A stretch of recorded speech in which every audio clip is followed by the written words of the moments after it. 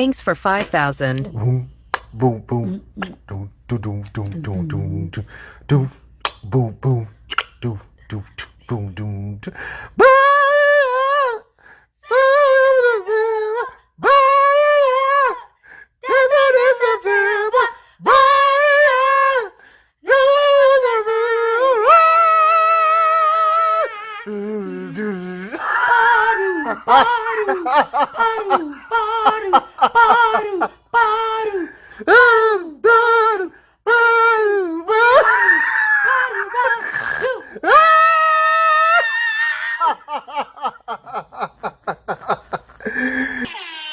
Today on the Geek Salad podcast, we have a very illustrious guest. We are joined by Mshai. Say hello to the people. Hello, Geek Salad folk. Yeah, Mshai is an author, is an anime head, a portal jumper, and a self-proclaimed soul eater. We're gonna get into that. Don't know what that is, but we're gonna find out. So stay tuned to this episode of the Geek Salad podcast.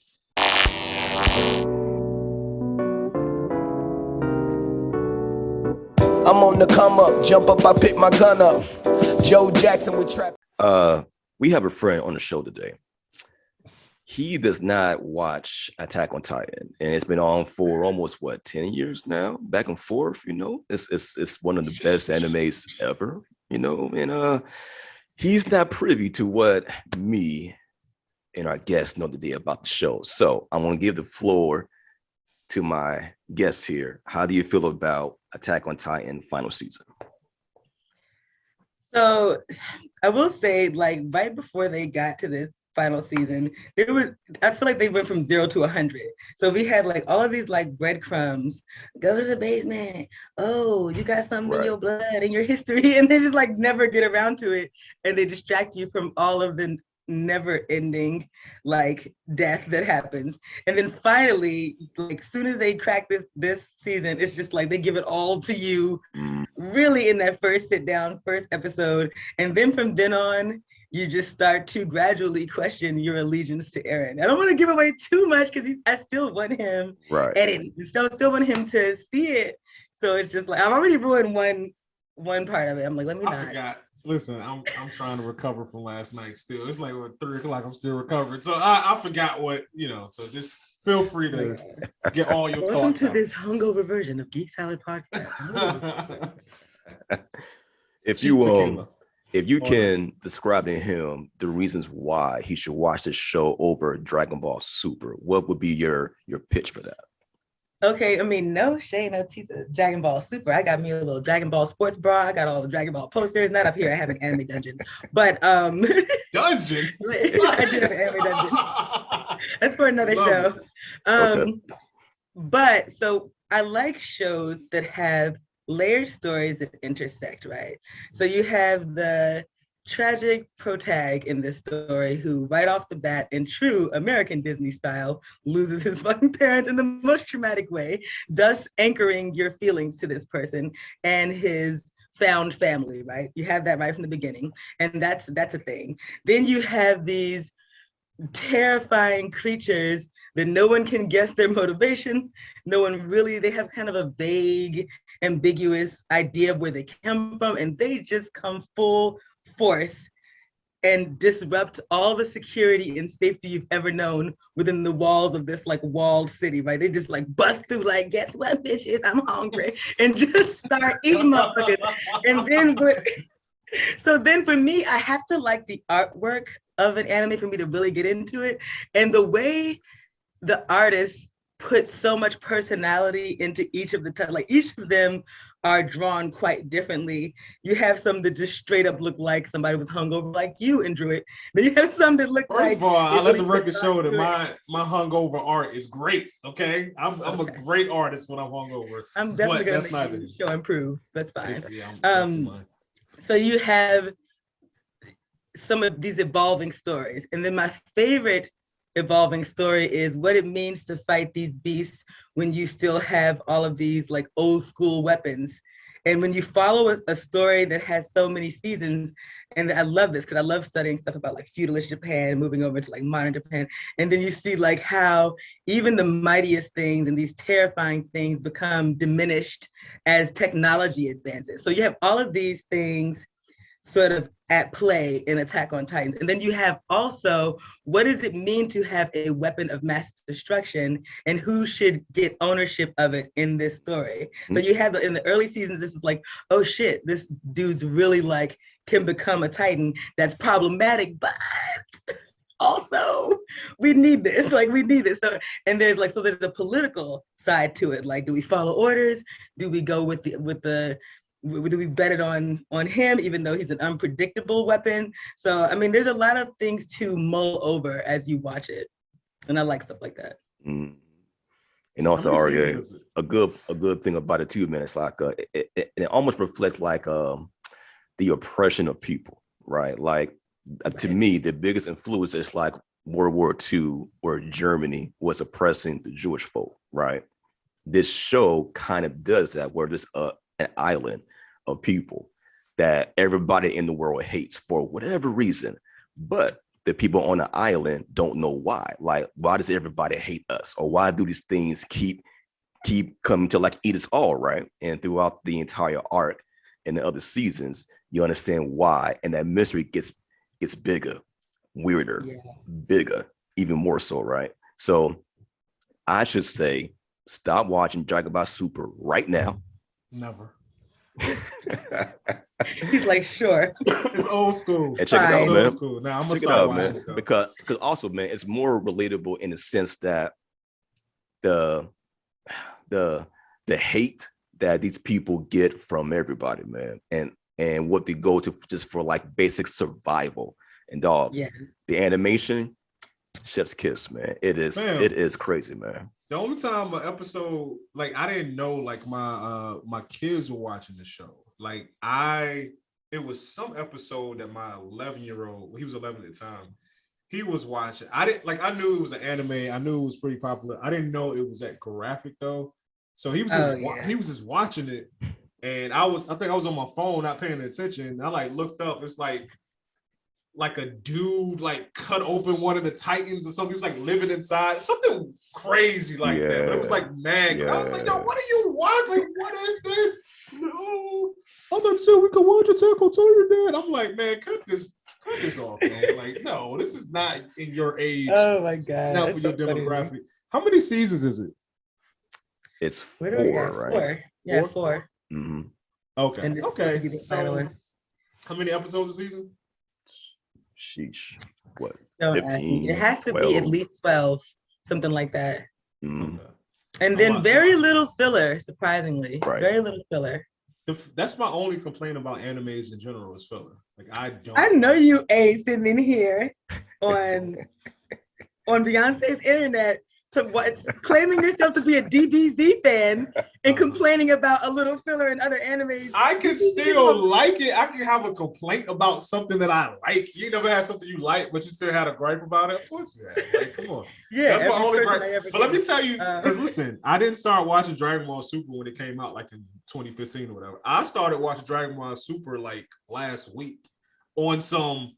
I got a cold and I don't feel like doing no work. I don't feel like doing nothing. Just comfort food and lay down and like watch TV. Basically, you turn into a Mitch. You know how it be when you get a bad cold. You know what I'm saying? So that's what made me start watching it, because it reminded me of being in high school and couldn't wait for the next episode of Dragon Ball Z or whatever. You tell me what you like most about DBZ Super, I can recommend other anime that you would like based on what you tell me. Like, I don't know if it'll work though. You know why I don't think it'll work? It's because Dragon Ball Super is a continuation of a story that I've been following since I was a kid. Even though you like only nostalgia things?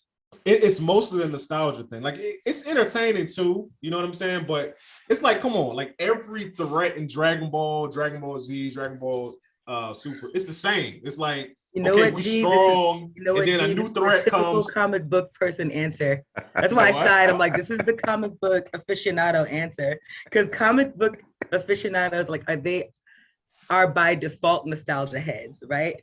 Because if you think about it, in a way, some would argue, I would not, that comic books had their own like it's like from a foregone era, right? When we were like that was all there was, and you were like, and so by default, like comic book heads are always looking for something here comes something disrespectful. I can feel it. It's not. I have a whole comic book library. Don't do me, there, and manga. Don't do me. I'll be reading.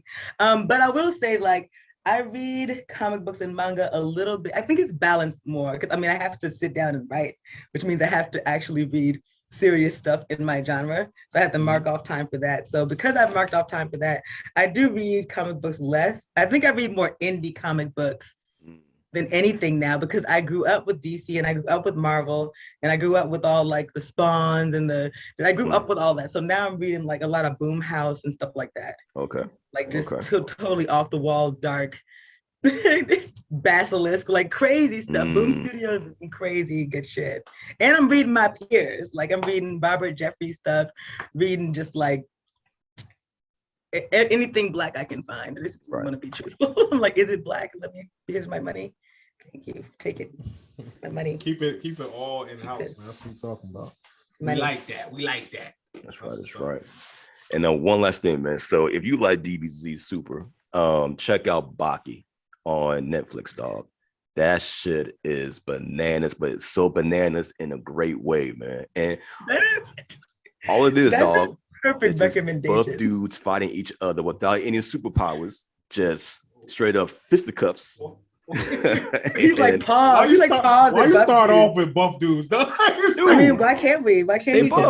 It's a bunch of comfortable. Listen, man. We're not here to judge. I'm just saying. Man. Listen, man. I am secure in my masculinity, man. Hey. A bunch of buff dudes. Did you know that buff in the UK, buff just means attractive.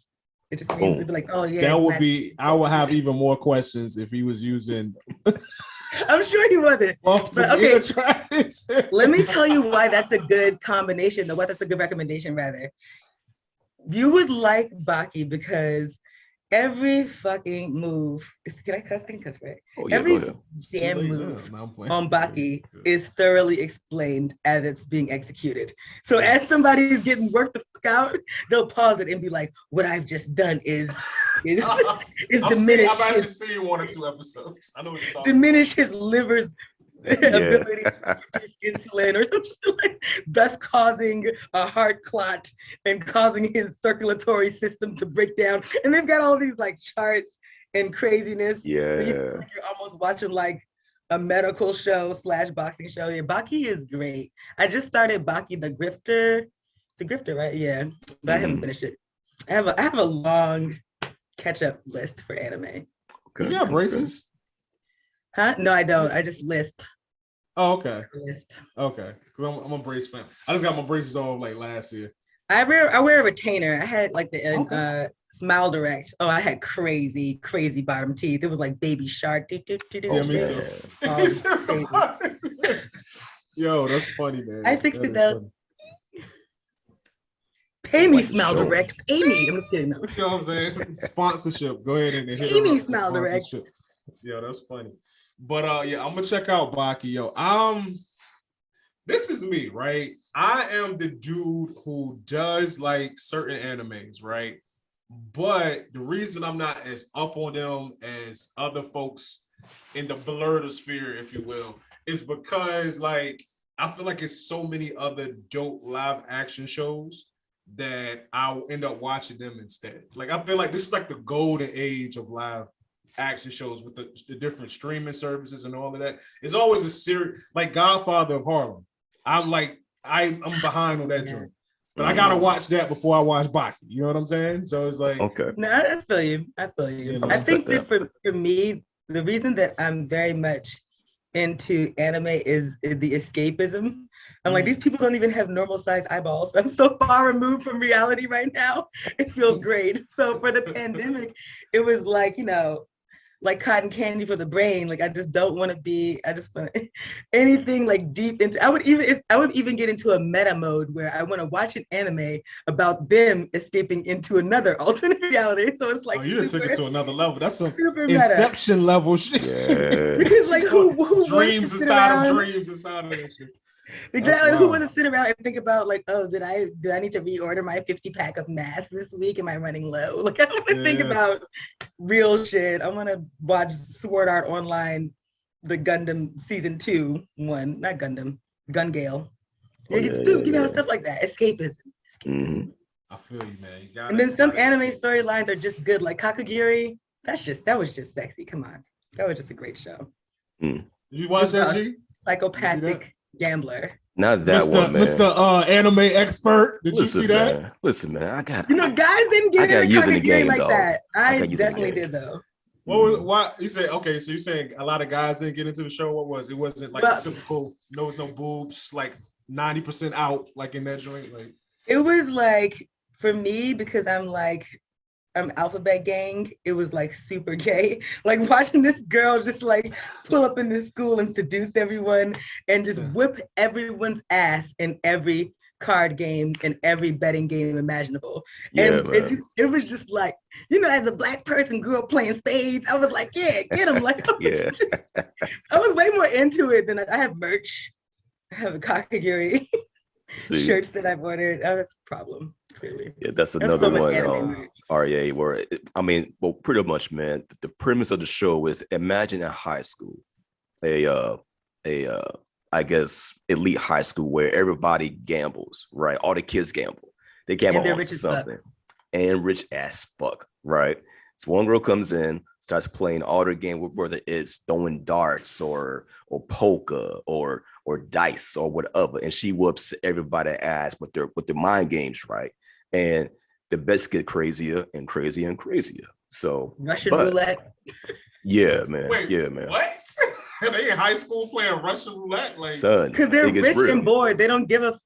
They like literally. They're completely nihilistic and rich and bored, and just like, what can we f up today of our parents' money? But you can also. They wear these cards. You can gamble with your life. And when I say gamble with your life, if you lose the game, the president of the school decides your life for you. She's like, yeah, you've lost, so you belong to us now. You're going to marry this person and have several children by this person. And everybody's reaction to that was like, man. No, please. Don't let me have a normal life. It was so fucking hilarious to me. I love this show. That would be my reaction to someone telling me who I was going to marry. Yeah. And to what you were saying, Arye, perfect segue to our next topic. Is anybody watching Boba Fett on Disney? How about y'all? Boo, the Boba Fett. Tomato. I saw the first 2 episodes. You haven't seen it yet. Haven't seen it at all? There we go. Rest my case. You don't need that need to be the end of this segment, bro. I saw the first 2 episodes and was like, you know what? I'm good. Like it wasn't horrible, but it's just like I found myself more than one time watching it, asking myself, why am I watching this? You know what I'm saying? It's kind of dull, like, Look at his face. He's just like, we're good. So I'm taking you enjoyed it. You didn't enjoy it, but I'm taking it that you enjoyed it. It's not as fun as The Mandalorian, right? And then 2, you got to think about the mystique of Boba Fett has been going on for the past 30, 40 years now. Of what he should be. He's so badass, right? But the show kind of peels back layers of him escaping the Sarlacc pit and how he is now trying to be this new crime boss of this city. But it's not really picking up. You know what I'm saying? It's like you get flashes. I'm hearing from both of you what I'm hearing is that it's mid. So should I watch it? Yeah, it's perfect. God. That's perfect. It's so mid. It's worse than mid. So what is man. Mid? What's worse than mid in weed terms? Whatever is below mid, that's what it is.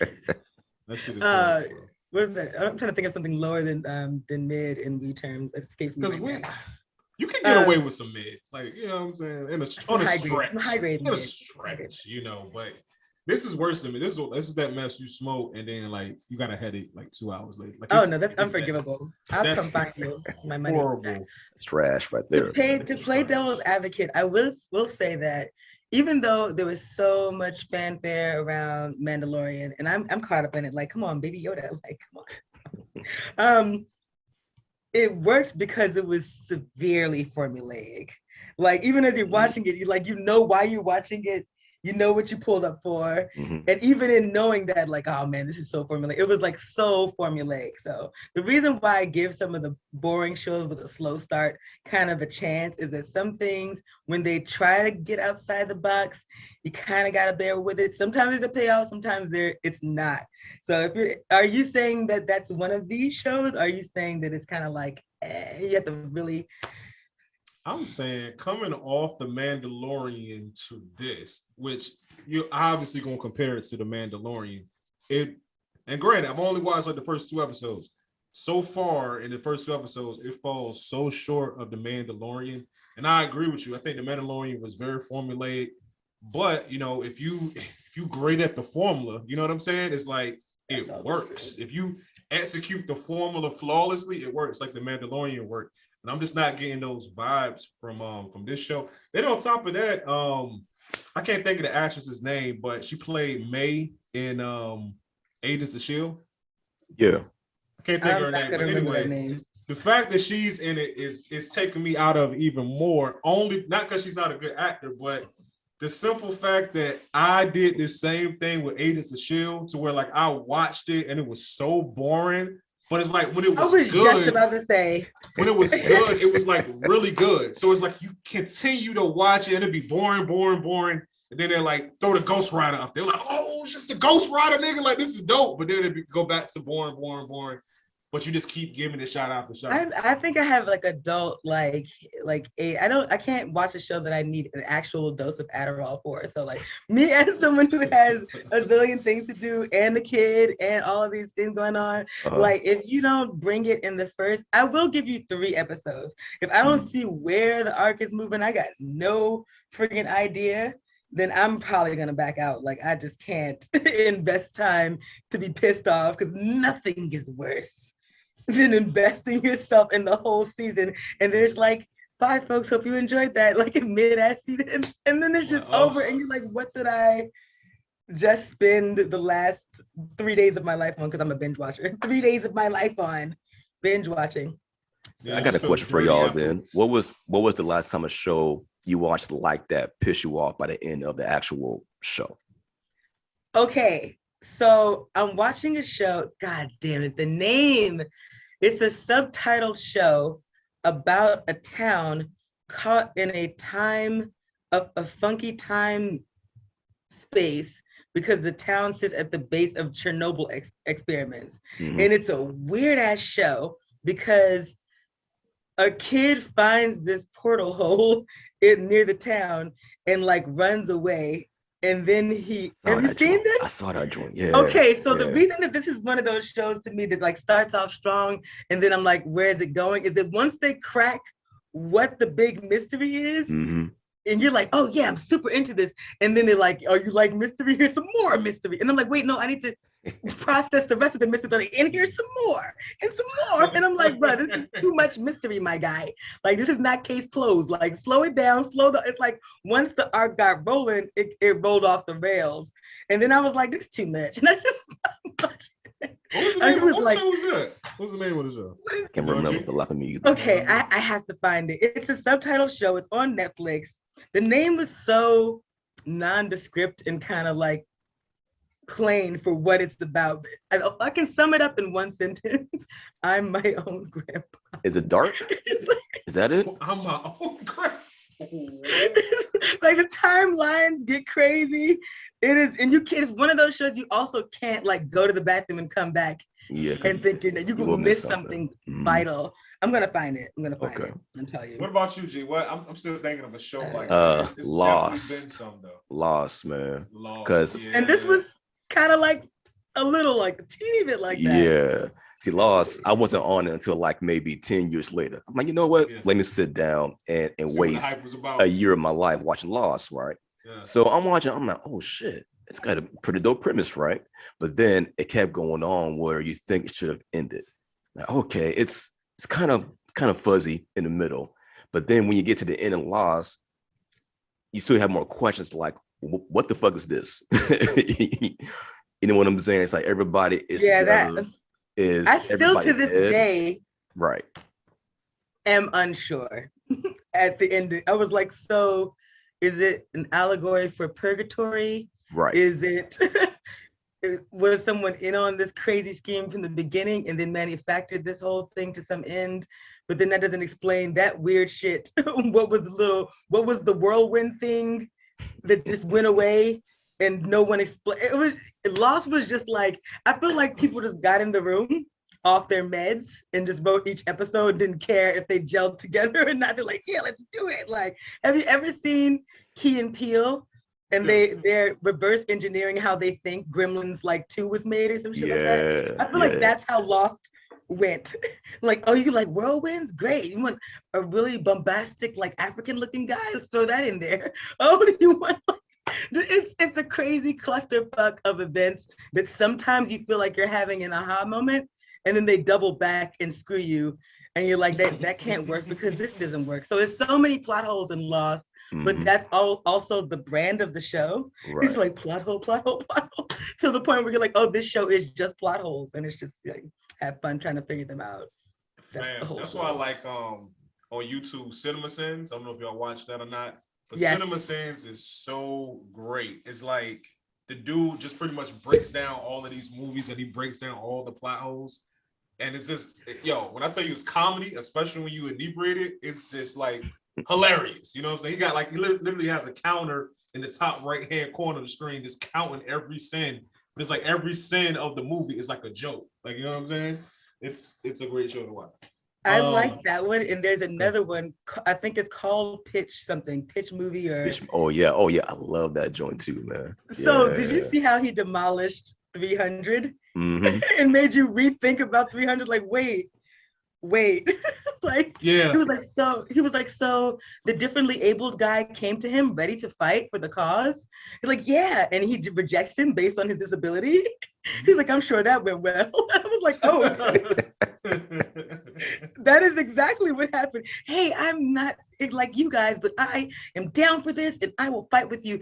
Sorry, little shorty. He was like, yo, we should have murdered you when you was a baby. I was like, God. His whole vibe towards him was like, ew. Throwing babies off the sides of cliffs. Had he not made that mistake?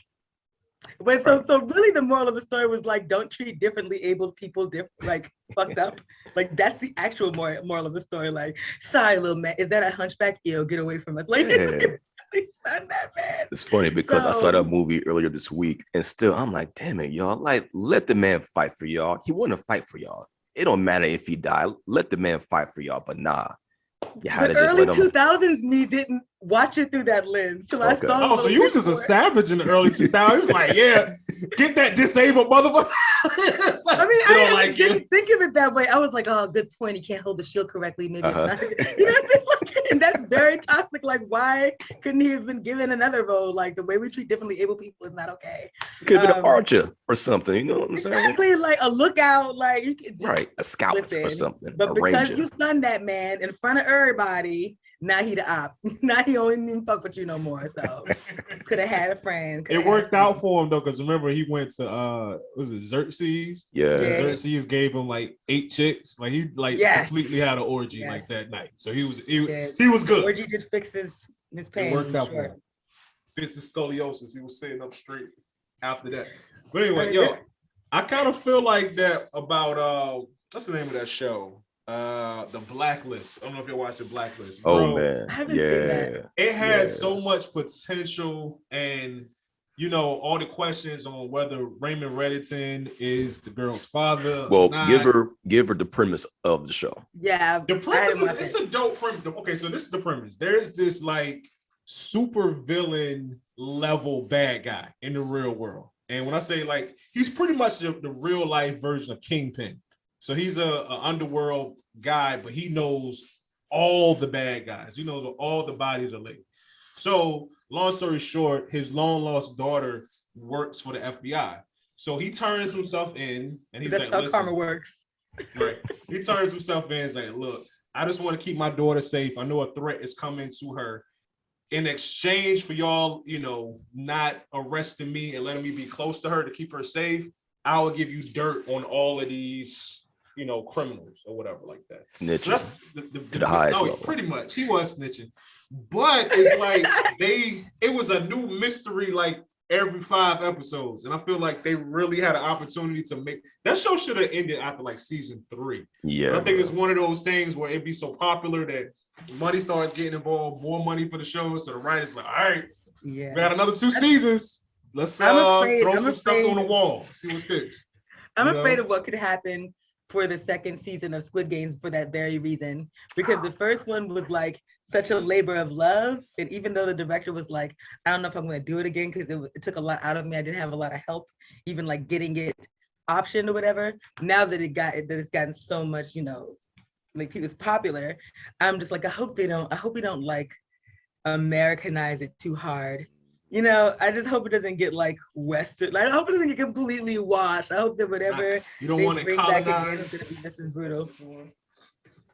Let the record show that she said Squid Games too. She put the S on it. I see you, my sister. That was the ancestors within you coming out. Oh, did I do that? Listen, the S on the end. It seemed like it should be Squid Games. I'm sorry. It seemed like I can't help it. I also use the continuous B.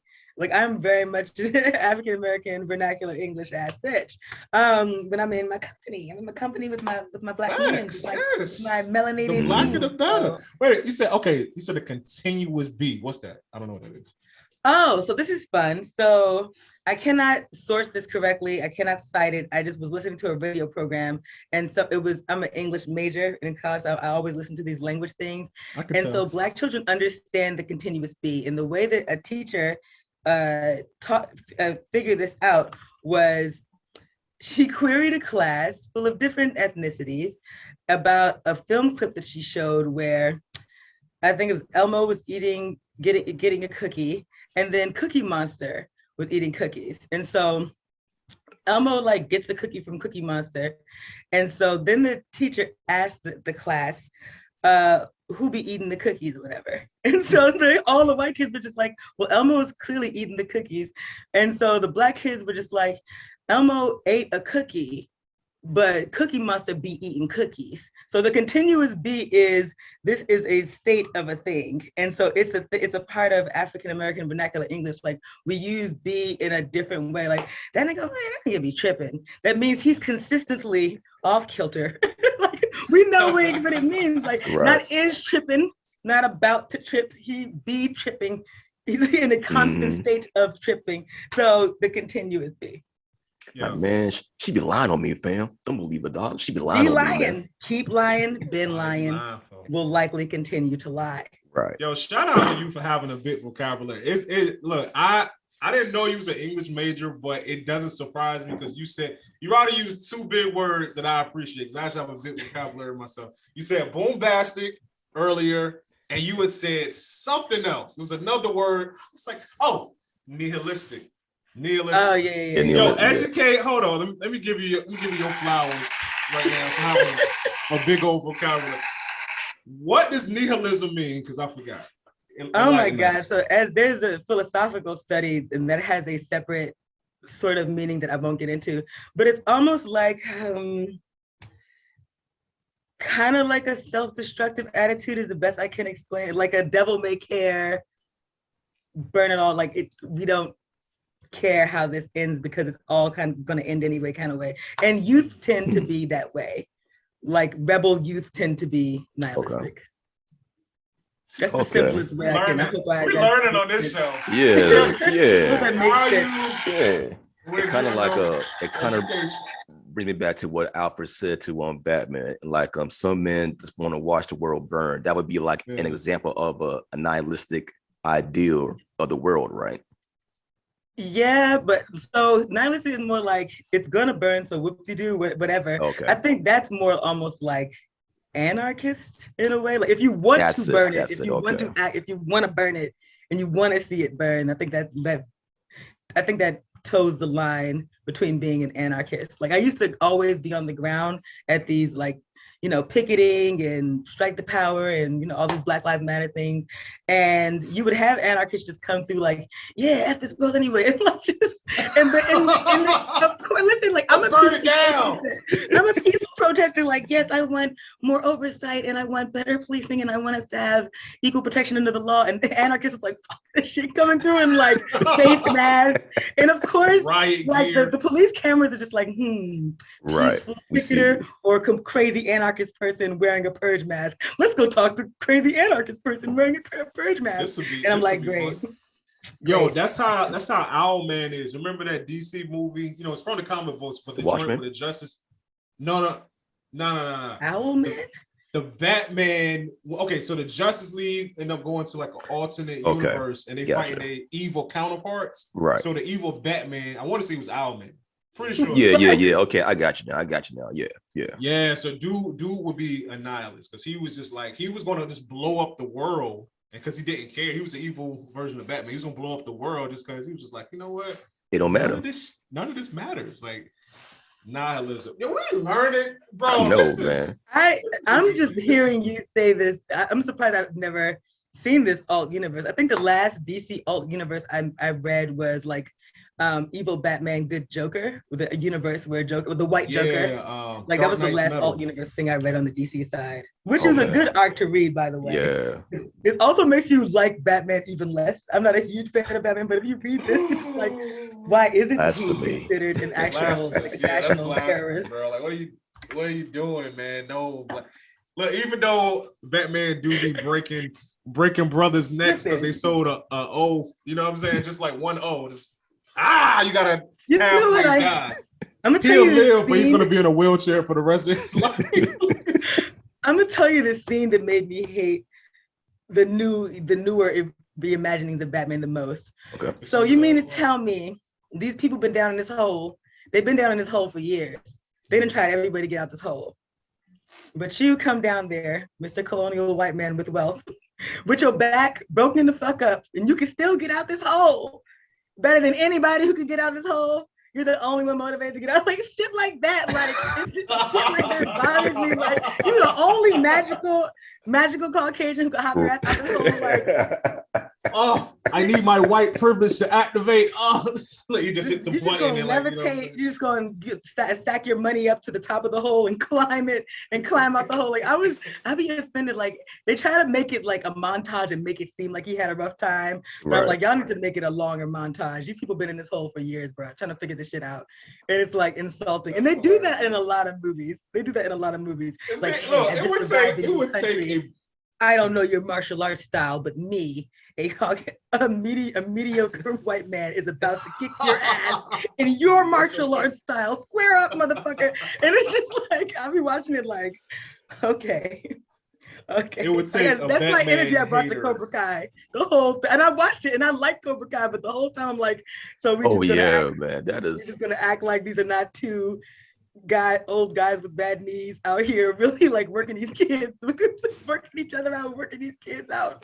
And they're just not going to include. That's why they got trolled for that, which is why they did like a whole thing where he went back to the country and Mr. Miyagi's roots, because they had to, because Twitter was like, are we not going to talk about this? Are we not? We're just gonna just leave this elephant in the room. People was on their phone. I still love the show. Let me tell you why Cobra Kai is problematic. Okay. I'm not that person, by the way. I'm not. I ain't got the time. People pay me to write. I don't argue with people on the internet. I just sort of look at stuff and like, this is interesting. This is interesting. This is interesting. It's interesting. Gonna hop your ass about that whole. Yo, it would take a hater of Batman to come with that. Say, I've seen that movie like 10 times, and you're saying that it's the first time I'm actually thinking about like, damn, how come nobody else is? No, other people was trying to get out, but he was the only one to successfully do it, you know. But then again, he's Batman though. You know what I'm saying? So what is Batman? Batman is. What did Kick-Ass say so poignantly? And I believe it was Kick-Ass 2, it might have been Kick-Ass 1. And he was like trying to train, and niggas kept working him out, the villain in Kick-Ass, and he was like, what am I doing? my superpower is that I'm fucking rich. And he like got out of the ring and he was like, why am I trying to learn everything? That's how I feel about Batman. He's just like, what do I need? And then you gotta understand, like, Batman has all of these resources to help. Like, you have someone in your ear running tactical for you. Alfred, I need this right now. Like, anybody would excel like that. Like, think about if you were just like, even if you were trying to like go holler at a chick in the club, you're like, Alfred, send me her social media interests right now. Like, as you're walking over to Alfred, like, she attended Howard University for several years, and then she went on, and then like you would be well equipped for any situation if you had Alfred is the true hero of the Batman story. I'm sorry. It's teamwork though. It's teamwork. Let me tell you why I love Batman though. Well, okay, it's the reason that everybody loved Batman, especially when you was a kid. Because he's the one, he's the one dude who was like, okay, maybe I could do this. Like if I learn martial arts and I become a billionaire, maybe I could do it. You know what I'm saying? It's probably not. Those are the two. It's kind of relatable. You know who else thought they could change the world for the better based on the unique powers that they had? Like Yagami, and that turned out great, didn't it? Oh, look, I have this power that I can use. And the cops, they're just incompetent. He hasn't seen Death Note yet. That's another one I told him to watch. Villain of all, don't you know who I'm talking about in Death Note? Literally the darkest villain of all, with the same mindset as Batman, like, fucking police. Incompetent son of a bitch. I can clean up these streets by myself. Like Yagami was the same. He was just like, stupid cops, you don't even know. Like he's like just wiping with no trial, no nothing, just wiping niggas. Only thing I will say for Batman, at least he like tied a little rope around them and like left them for the cops or whatever. Like, nah, I ain't got the time. I'm sending you straight to the Lord. Like, hope you believe in reincarnation, bitch. I'm sending you straight to the Lord. Write your name out. Yeah, I love it. But I think that, so what's problematic about Batman is the same thing that's problematic about any villain who views himself hyper good, right? If anyone who has or who thinks they have a high propensity for good naturally ends up in a space where they do evil because they're so tunnel visioned in their opinion of what's right. They have no gray area, and it inevitably every time makes them fucking evil every single time. When they're just like, I know what's best, I bring justice out this bitch. And then some child is like, but you killed my daddy. And he was just like awaiting trial. Like he beat his ass. And he's in a wheelchair now because he really like roughed him up bad. Like, and he's like, well, I put him in the wheelchair for the greater good of Gotham.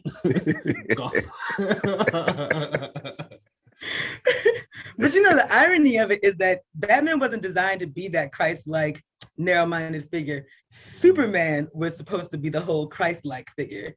He was like designed as an American symbol for like, you know, a communist face puncher. You read like old Superman stuff. Like if you go back to what comic books were for at their inception, so a lot of like propaganda tool stuff, and Superman was one of the biggest ones. Like his whole like all throughout the like 60s, like nope, just punching communists.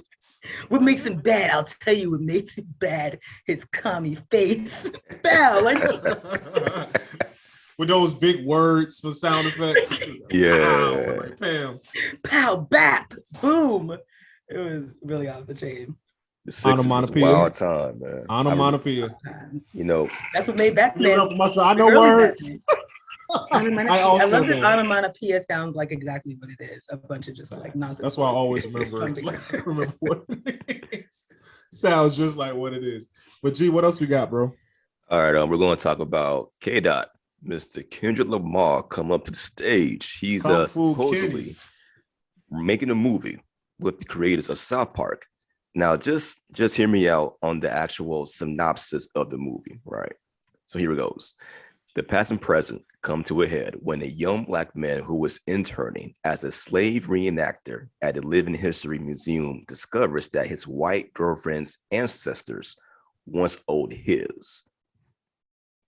Right. It's yeah, a lot, a lot going on there. Okay, I'm sorry. So this is clip what's that. crazy about the internet. I think I saw a meme about this, and I never actually followed it up. And I was like, why are they trolling K-Dot right now? But I didn't like look into it. Mm-hmm. I wish that I had. My shock would be less in this moment had I just simply researched the origin of the meme. But now to hear it, you're getting my initial shock value. So I'll say what I'm thinking, which is what? And What? apparently a lot of people is, they out there, throwing shade at K-Dot, like, yo, how can you? This sounds so ignorant. I feel like he's being blackmailed and someone needs to check on him. He woke up Kendrick is a little fella. You know what I'm saying? He's a little dude. Like, they might have him hemmed up somewhere. You know what I'm saying? Somebody called Top Dog. To summer jam him, clearly. Someone threatened to summer jam him. They did. They got pictures. Because they got pictures. He don't want to get out. Nah. And I'm trying to think about, could this be a ground break? No. You don't think so? Could it push the envelope and perhaps become no? Okay. No. Now, I got to push back because this is just a synopsis. Maybe the movie would be written a bit more detail on how it could be funny because... Have you seen Team America? Yes. Made by the makers of South Park? Yeah. Do you think that the makers of that film are capable of bringing us an artistically done body of work employing a rapper with no acting experience, writing experience? Oh no, wait, he was on Power. Give him his due. He was on Power. Nigga, I was almost on Power. Who wasn't on Power? I'm just kidding. No, I wasn't on Power. But I'm just saying, like, everybody got a check for Power. Everybody was like, it's been a little, my pocket's looking a little light, 50. Can I get? Well, let me get on Power real quick. But no, his part was really good. He played like a halfway crazy dude, and he pulled that shit off. He definitely pulled it off. To answer your question, though, this is my thing real quick. This is my thing. I think it's number one, it's a comedy. And this is what I don't like. I don't like how people, like the news of this, the synopsis of it, the supposed synopsis of it, it's only been out like a day. Like it just dropped. And already on my Twitter feed, on my Instagram feed, oh my God, I can't believe this. We don't need this, blah, blah, blah, blah, blah, blah, blah. I'm like, can you like actually see a trailer for the movie first, or can you get like a clear, detailed synopsis beforehand before you form an opinion? It's not the makers of the writers he's working with. It's who he has positioned himself and his brand. So that's what makes this news jarring. If Jordan Peele had said that he was going to do this project, I'd have been like, oh, this is going to slap. If even like one of the Wayans had said they were going to do this project, I would be like, I could imagine what it's going to be like. But I think what's so jarring is like the guy who wrote To Pimp a Butterfly, and now we're here, right? And even as like, and just the fear, I think the fear for K-Dot fans is like, you've positioned yourself as someone substantive, and Trey and Matt Parker are like, that's what they're known for, ripping at substantive things for fun. And I think it's more like a fear. Like we're hoping they get it right, that it's not the worst thing for his career. Like I'm fearful like what it could do to his career. It's just more like, it's who it is, right? Not the what it is. Like I said, if it was anyone else, but because it's him, you're just like, that's how I feel about it. I think the movie could come out and it could just be like only vaguely funny. And I don't think that it impacts K-Dot career. Like this dude, his music is so good. And I think his following is so loyal. Like it would take he has a lot of equity. Like I feel like the way about him, the same way I feel about Marvel. Kanye West. Marvel has done so much good that they've earned a lot of equity with me as far as, like I remember when Vision and Scarlet Witch, that show came out, WandaVision, and the first 2 episodes was a straight 50s sitcom. And I was just like, yeah, okay. That's first one of the shows I had episode to was push cool. through with. I had to push Okay. through. But I yeah, you was got like, to push through it. And the only Yeah. reason I pushed through it is because of all the equity that Marvel had built up. So I think it'll be the same thing with I Kendrick. pushed and through Marvel. for the memes, and I wanted to see my nigga Vision. So like, I didn't watch it. With the I waves, didn't go back Yeah. with the and do-rag, you know what I'm saying? Turtleneck. Yeah. You know what I'm saying? With the little chain. I had to push through to see my nigga Vision. That's like the funniest meme of last year.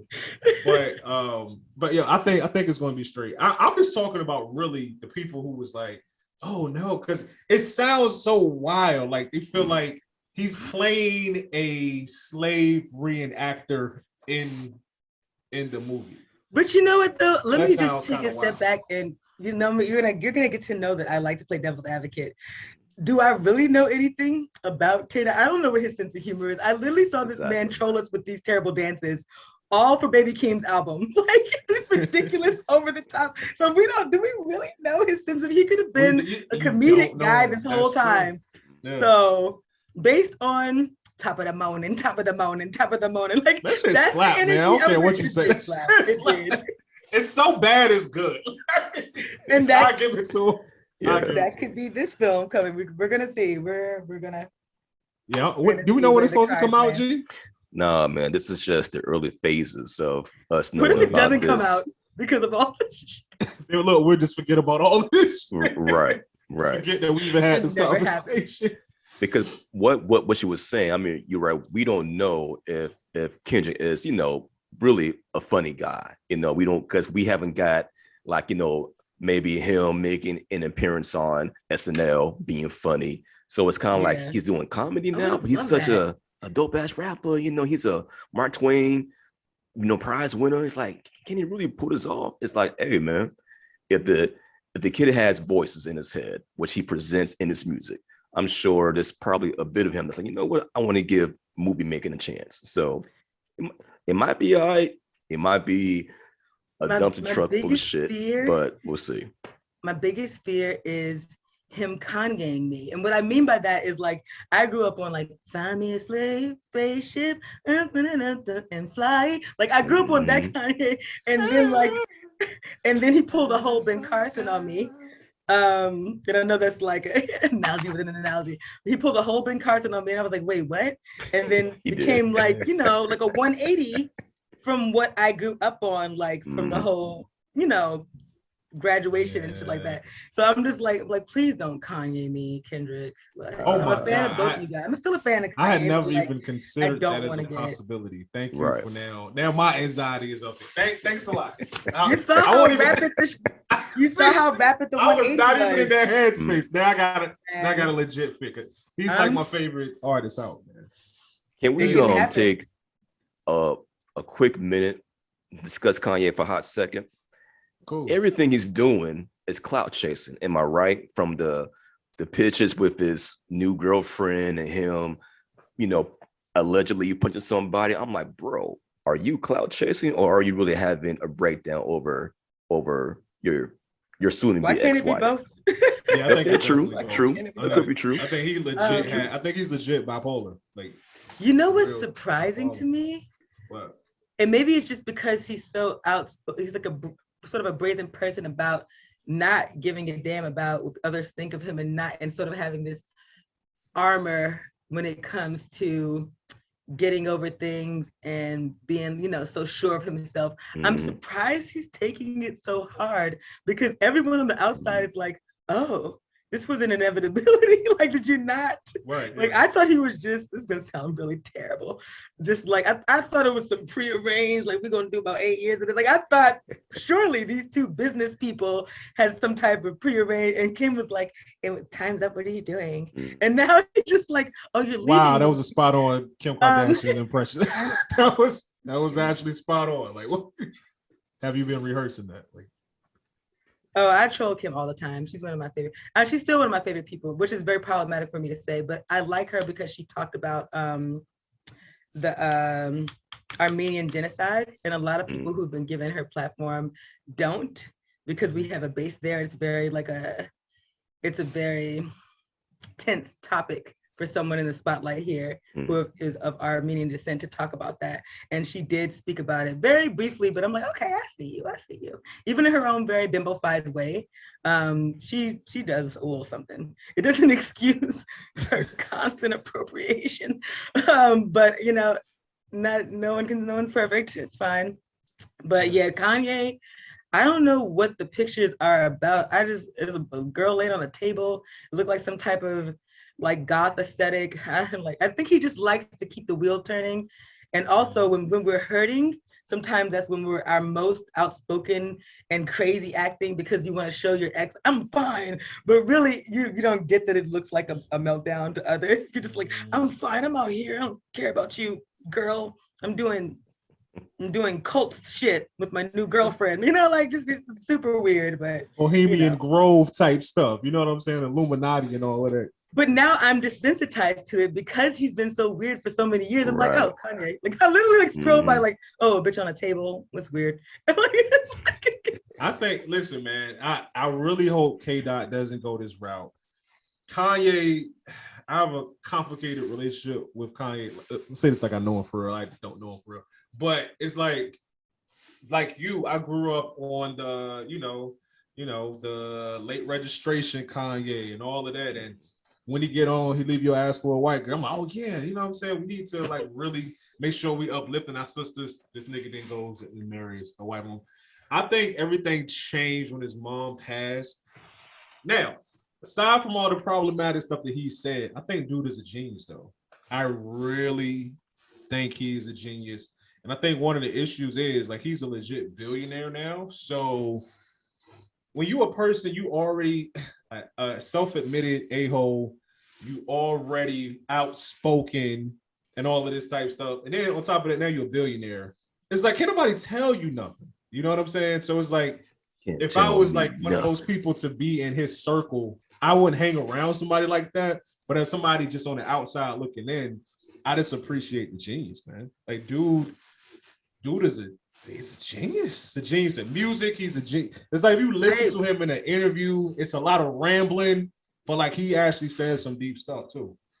I agree with that, but I also feel like that's where we fail our people in the spotlight as a society. Like we watch people burn up in the spotlight and we knowing that they need mental health intervention. Like we watch it with a lot of white stars. We watch it with a lot of these young kids making music about being depressed and making emo rap, which is a genre, it's an aesthetic, but also they're killing themselves with drugs. So we're like, we watch our kings and queens burn up in the spotlight. Like, and the signs are always there. So I just hope that if he does have an issue that he needs to iron out, that he sticks to his plan of care, like on some serious shit, because like people be off of themselves and you be thinking $1 billion doesn't matter if inside your own head, you're just unhappy and off kilter and like, and imagine making $1 billion and not being happy. Isn't that even more depressing? Because you think on your way to this like exorbitant amount of money, you're gonna somehow. Are you okay? My bad, I didn't cut you. I'm good. Oh, Marianne. So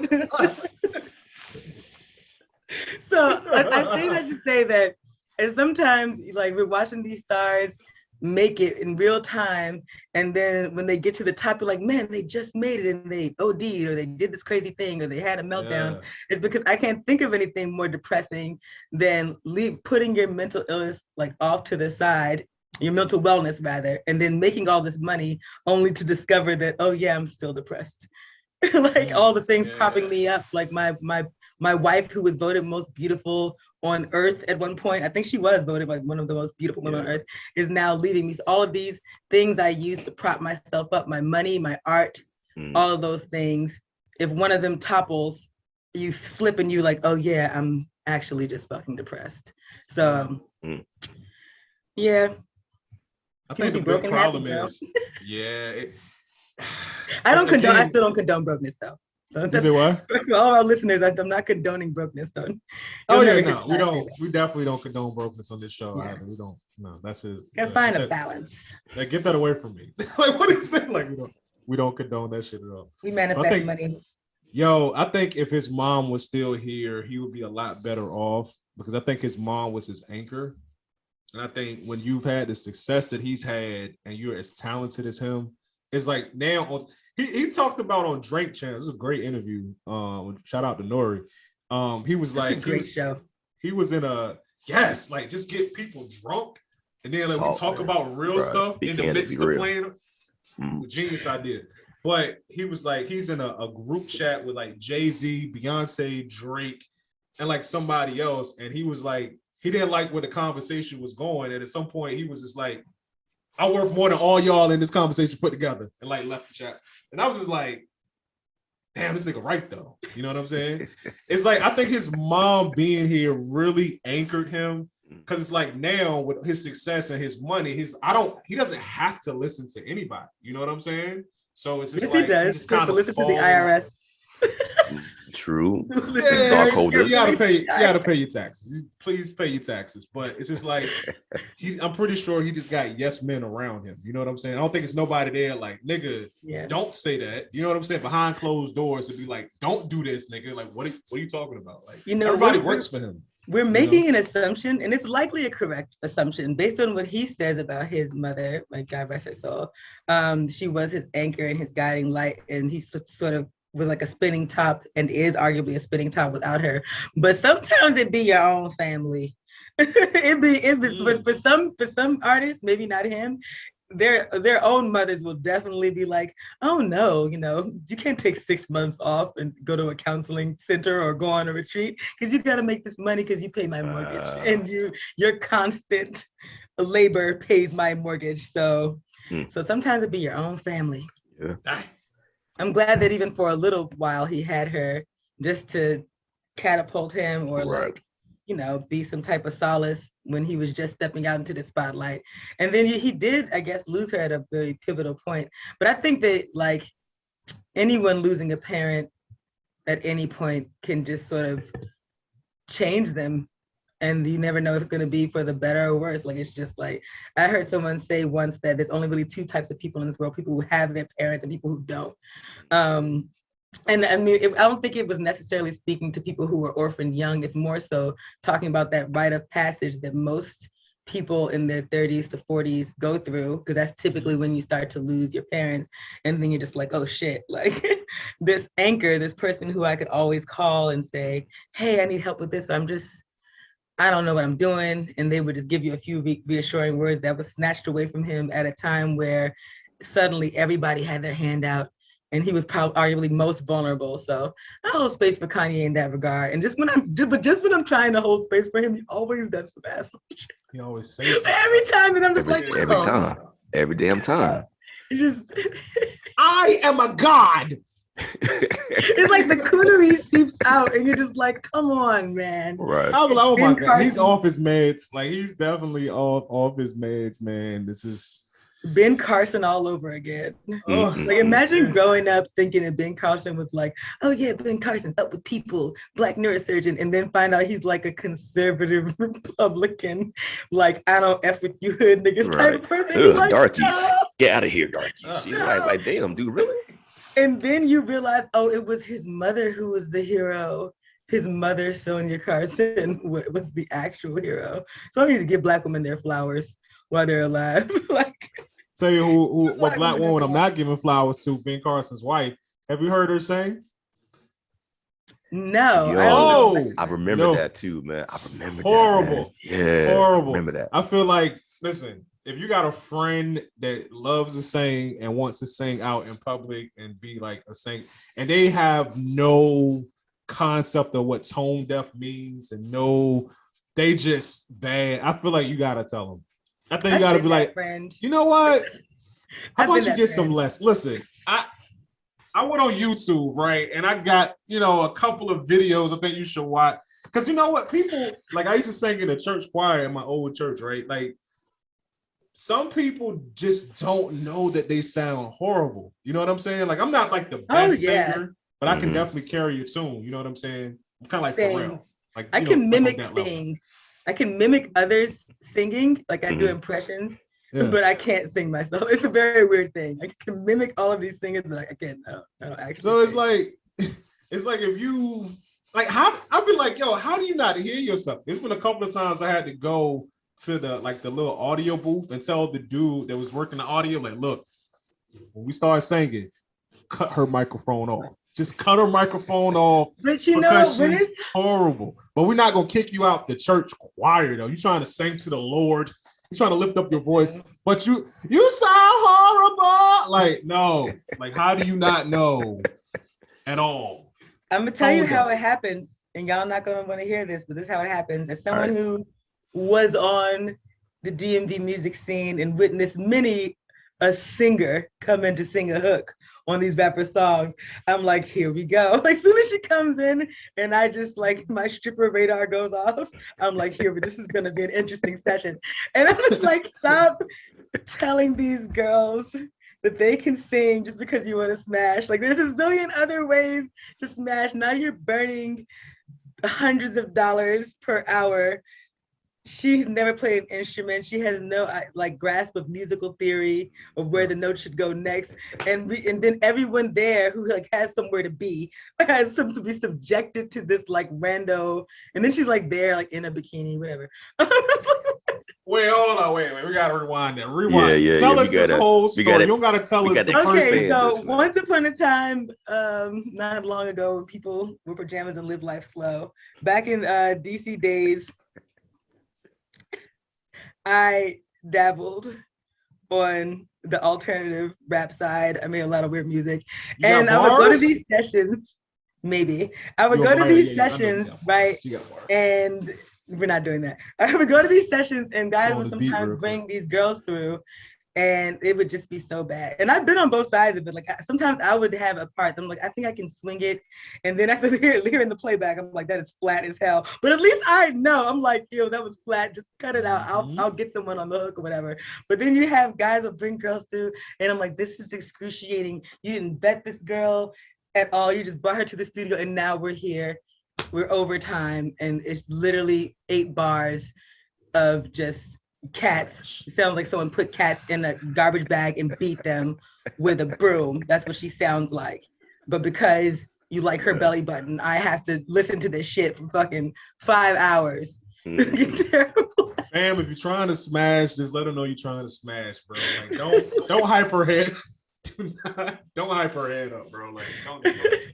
I don't know which is worse, listening to guys stutter over the same verse over and over again or listening to bad singing. I think they're both bad in their own way. I shout out to my engineers. If you have engineer friends, please check on them. Please just, are you okay? Have you slept? Oh yeah, I could never do that. Have you eaten? I could never do that. Like, it's no. I respect it. I do, because it is an arduous job. Especially if you're working with like talent that's like legit trash. And like, okay, we here for 5 hours. And if you was an actual halfway professional singer or halfway professional rapper, we probably could have wrapped up in a couple of hours. For real. Like, you didn't practice your verse at all before coming here, my guy. Like, you're trying to do everything right. Like, I've been in rooms like that too. And I'm just like, yo, where do these people come from? There's this show, I don't know if you guys have seen it. It's by Kenny Beats, where he makes a beat on the spot. Yeah. Allegedly. And then you write a verse to it on the spot, allegedly. And that's supposed to be it. So and listen, before I say this, I will let it be known that I have love in my heart for Lil Yachty. I have Lil Yachty in my iTunes. I do. But you have to watch the episode with Lil Yachty. Lil Yachty was the only episode that apparently like took 2 weeks to finish. Damn. To finish filming. And you have to, it is so bad. He had like 17 people with him for no reason. He kept rejecting every beat that Kenny Beats did. The first few times he was like, he was rejecting the beats. And that was a first that I had seen on the show. I'm like, this is getting to be interesting. Yeah. But that's what it reminds me of. Like, you gotta see this show if you're a hip hop head. Is it on YouTube? He has like, it's on YouTube. Yeah. Yo, is that the same joint? It might be a different show, but I know it's a show where producers go and they gotta go to like a record store and they pick out like a bunch of records. And then actually that sounds more lit what you're describing. Yeah, and then they go home and then they, you know, They pick like chop up the samples. three different Yeah, vinyls, right? Yeah. That joint. Like I seen Knife Wonder up there. Mac Miller had one up there Shout too. out to Knots Raw, man. I don't think Knots was ever up there, but yo, he's a dope producer too. But it's like, okay, I think I could sit through the bars because to me that would be funny to me because I actually write myself. So if I see you up there and your bars is like trash, I'm gonna just be laughing on the inside. It's like bad singing. This is just torture for everybody. Like there's no entertainment value there. It's just like torture. Oh, yeah. So yeah. Oh. What's the name of the show again? I'm about to check it out. Just like type in Kenny Kenny Beats. Beats show and Kenny it'll come Beats. up. I forget the name of it. It might be called Kenny Beats Basement or something like that. Cool. A lot of them are good. I mean, he had Freddie Gibbs on there, was pretty good. He had Vince Staples on there. His was pretty good. Okay. Of course, he had Rico Nasty because that's his like not protege, but they work together a lot. So he had quite a few good people on there. And then also Lil Yachty. That one I want to see. I want to see how. That's the one I want to see just because because you know what it is? Kids are just different now. Like rap stars is so cookie cutter now because it ain't okay. In the 90s, if you was gonna get on with rap, either you had to be like a drug dealer and you got a bunch of drug money so you can just shoot your own videos, do your own thing, or you have to actually be dope and you have to win like open mics and you win regional contests and then like you win like a record deal and all of this. You have to actually have bars. It's like now record companies just like, all right, what kid that's 16, 17 got 100,000 views on his YouTube video? That's what it is. Like, oh, the kids like that. He looks the part. You know what I'm saying? He put guns in his video and he got a knot. It's probably all ones, but you can't see he holding it back from the camera just so it looks like a bunch of money. This was inevitable. It's an inevitable shift from analog to digital and what it means to go from analog to digital, right?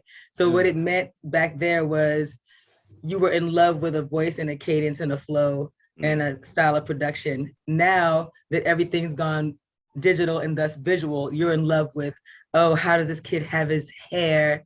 What kind of necklace does he have on? It's more of like a and because they're selling these 360 deals to these kids, they want to have like a window into every aspect of their life, so their social media has to be a certain way. So it's like back then our favorite rappers were all facially challenged, a lot of them, and we didn't care because we barely saw them, right? We don't care, we barely saw them. These kids, like, they are under pressure, like, for so much exposure, like visually. So I think that that also killed a little bit of what it means to be talented, because if you factor in so much of what you look like, then you sort of like cancels a bit of the talent. Now, women rappers, they've been going through this. It's always mattered a lot what they look like, but now I feel like kids are, as a whole, male and female, are going through it. Like, is your hair correct? What you got going on? Are you wearing the right clothes? You have the right money on your arm? Put the money down your arm. Right. What the fuck these kids are doing?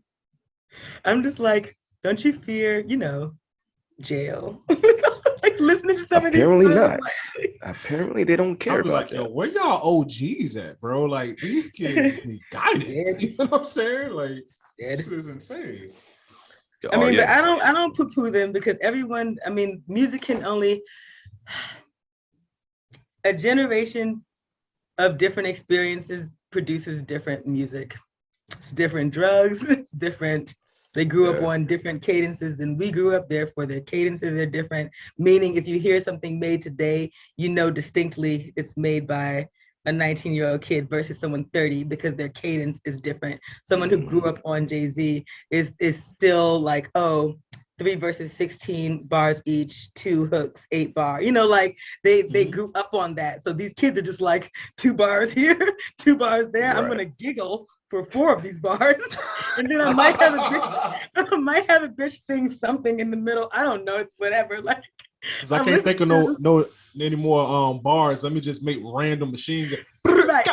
Right. Just in the middle and of that is why people hate Playboy so much. And I've been into it with my friends. I'm in that same camp. Like, listen, I saw him once in concert. We're getting so far away from geek stuff. Does it still count? It's all good. I'll tie it back into some geek stuff real quick. Shout out to King King Jediah, I believe his name is on Instagram, who does all the latest rappers as anime characters. Okay. Oh, that's dope. I think you probably know who I'm talking about, but if not, I'll share it later. Anyway, so Playboi Carti is not a lyricist; he is a vibe.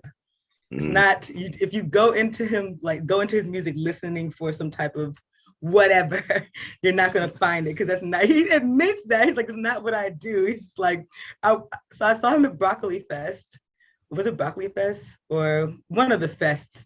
And I was there to see 2 Chainz because 83, 1983. So I'm like standing there, and I just see all these kids swarm the front, and I'm like, like I'm thinking I'm in danger. I'm like, who's coming up next? Like, why are all these kids like? And they're ape shit. They poured in from every area of the festival grounds, and I'm like, okay, who's coming up next? And he just runs out on stage. And I'm like, oh, this kid's he's a rock star. And to mind you, of the whole song, there's probably like 5 words that I understood. He was like, I'm gonna fuck this bit, me and my in the click. But the kids were going crazy. One kid tried to rush the stage, got thrown off stage by security. And I'm just like, it's not the lyrics, it's the production, and it's the energy, and it's the vibe. So for some kids, like that's enough. They're so far removed from the lyricism we came up on, they have no fucking idea what it is, even if they hear it. Not to say that not some of the young kids don't have that lyricism, but more so, they're just like, can I vibe to it? Like the stuff my son listens to, he's 16. It's not even on beat. It's not even on beat. Yeah, that's the sad part about it too. That's like rap 101. Like, right. Do you have any type of musical rhythm like at all? Like, not at all. It's not on. Oh man. Some of these kids don't even sound confident when they rhyme. It's like they're still kind of like scared or like trying to like find their voice, and they're off beat by like a second or two. Like, God damn it.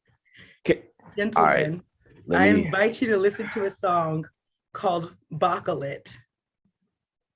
It sounds like an anime. It's called Bacalit because Bloods don't say chocolate, so it's called Bacalit. And I even have a reel on my IG where I'm making fun of me listening to this song, trying to make sense of it. And I think what's infectious about it is the same thing that was infectious about Soulja Boy. No one was like, oh, Soulja Boy, the lyricist. We were like, oh, Soulja Boy, wow, this kid looks like he's having fun. And people were like, what was the big deal with Soulja Boy? I'm like, it's because he looked like he was having fun. He was dancing, he was smiling. It was infectious. And it was a departure from all the gun rap, right? Like, even though there was a little bit of gunplay in there, that's what the magic was behind Soulja Boy. So yeah, I just go listen to Bacalit. Damn, that's ridiculous. It's funny too because like as a person who's consumed a lot of music, right? It's like you don't want to be that old man, get off my lawn. I don't like it because it's new. But it's like, why not? Having that knowledge is like you see it. It's like the music is dumbed down. You know what I'm saying? It's not as complex. It doesn't take as much talent to do as it would have took 15 or 20 years ago. And that's my only thing. Because real talk, some of the newer stuff I like, you know what I'm saying? Like you can just feel it. Like some certain music is just a vibe. And if it fits the vibe for the night, like it's cool. But at the same time, I feel like the younger generation, not all of them, but a lot of them don't really care about music from before they were born. You know what I'm saying? Whereas like somebody like we didn't, not really. I wasn't here in the 70s at all, you know, but I still love Marvin Gaye. I still love Al Green. Like I love that type music on top of loving current stuff. I think nothing changes. I think they are engaged with the music before, either from the decade they were born in and too young to appreciate, or the decade before in the same way we were. Meaning, I didn't know Al Green necessarily and Curtis Mayfield until someone sampled it. Then I went back and listened. So I'm seeing these kids discover 90s music that they were obviously too young to consume when they were born. And I'd say it's really I'm so far removed from being a teen that it looks like it moves differently, but it's actually the same. So that it's the same thing. They're sampling stuff the same way we were sampling stuff. They just, when they present the music, like the lyrics, it just sounds different because it kind of has to. And honestly, we really want it to stay the same over decades. It's like, even as it breaks down and it sounds different, I kind of want to see where it goes. Like, will we get to a point where kids are just like making space sounds and like, of course, it's coming. You already know it's coming, man. Like, I don't mind. I just feel like, and music is subjective. We know this, right? But I feel like a lot of these rappers that are on now couldn't rap their way out of it. They couldn't rap a gift, let alone rap 16. It's like the talent is like, it's not even just how they're doing it. Because think about it like this. If Jay-Z were to put out a song, so let's say Jay-Z were to do a song with, like, I don't know, Kanye or whatever. Now, let's do one of the younger guys. If Jay-Z were to do a song with, like, J. Cole, he's not going to sound like Jay-Z Reasonable Doubt. He's going to sound like Jay-Z now. Your style morphs too, but at the same time, you can see the talent that's there. And I feel like a lot of times now, because kids don't necessarily have to have that talent to pop now, it's more so, like we were talking about earlier, your whole aesthetic that could get you put on, or if you got if you can dance really good, you know what I'm saying? Yeah. It's like, it's that. So they're just like, the talent just doesn't seem to be there as far as lyricism. Like, it's very, very watered down now. But it is. I think that there's a shit ton of kids with a shit ton of talent, with talent that would rival a Lauryn Hill, or I can't say Coogee Rap because he's so problematic, but you know what I mean. I feel like we're never going to hear them. You have to go dig them out and find them. And I'll give you a prime example. There's a few people like Ciroc, who's a female MC. Now, like, well, no, I can't say her because she's in our age group. Who can I say that's super young? What about Flo Milli? No. No. Let me see who I can find. Her name escapes me. She's a London artist who is touring West Africa right now. She's from the UK. I found her on Colors. So this is a 90s baby spitting like some straight Lauryn Hill, but they're not going to play it. So it's not that the kids aren't out there trying to reclaim some semblance of lyricism. It's just that now the industry runs like such a well-oiled machine and makes money off, perpetual like conveyance of violence and misogyny, that even when these kids want to break through that way, they tend not to, because, who wants to hear this over here when they can hear suck it in your mouth, like, all things.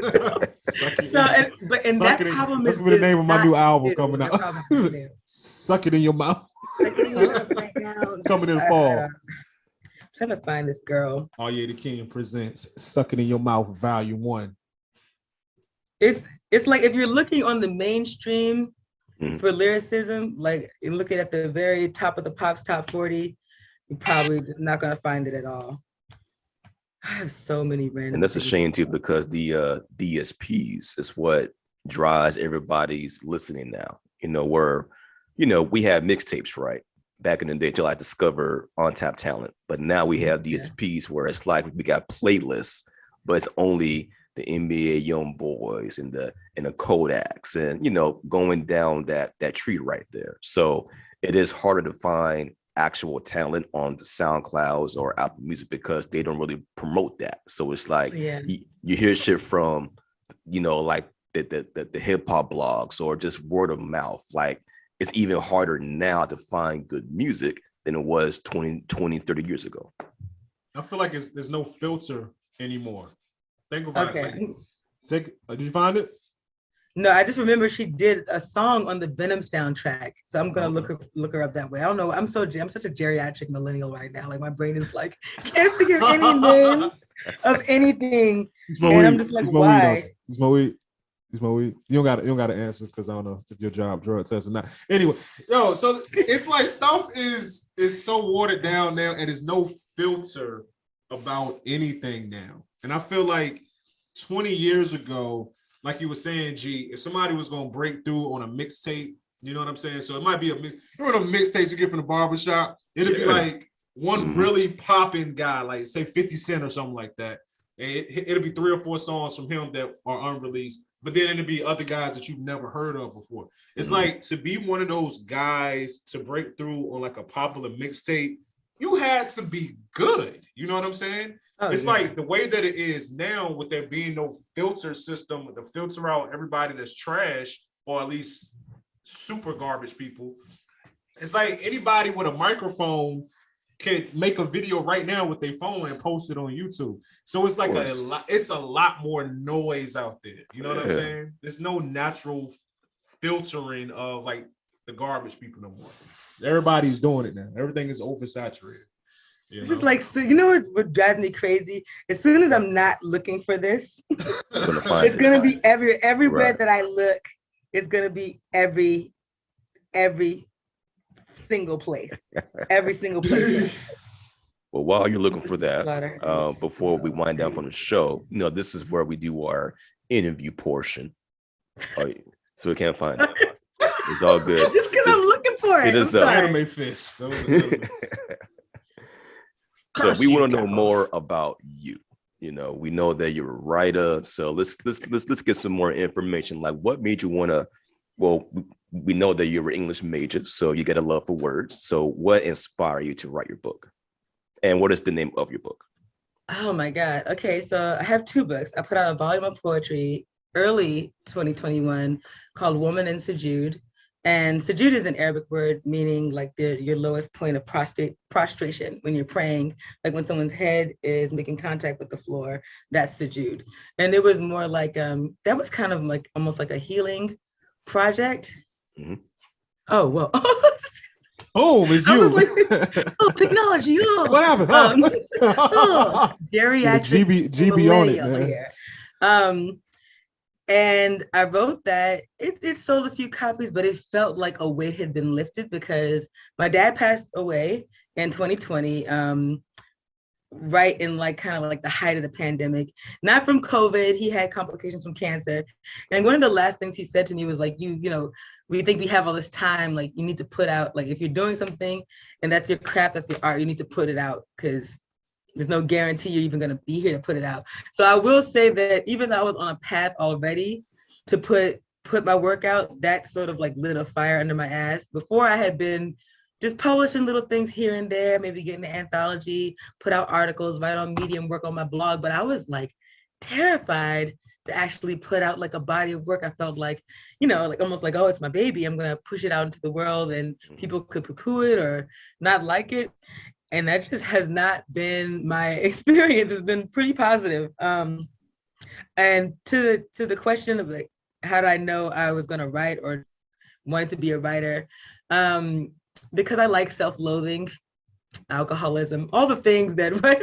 The rejection. I'm kidding. You're like, is she? Are you serious? Was that really? Oh my. A little. She seems so well adjusted. I didn't know she was. No. It's therapy. No. Yeah. If you to write, you have to have like an armor around your feelings that you just hone, because that's like just how you get better, right? The trial by fire.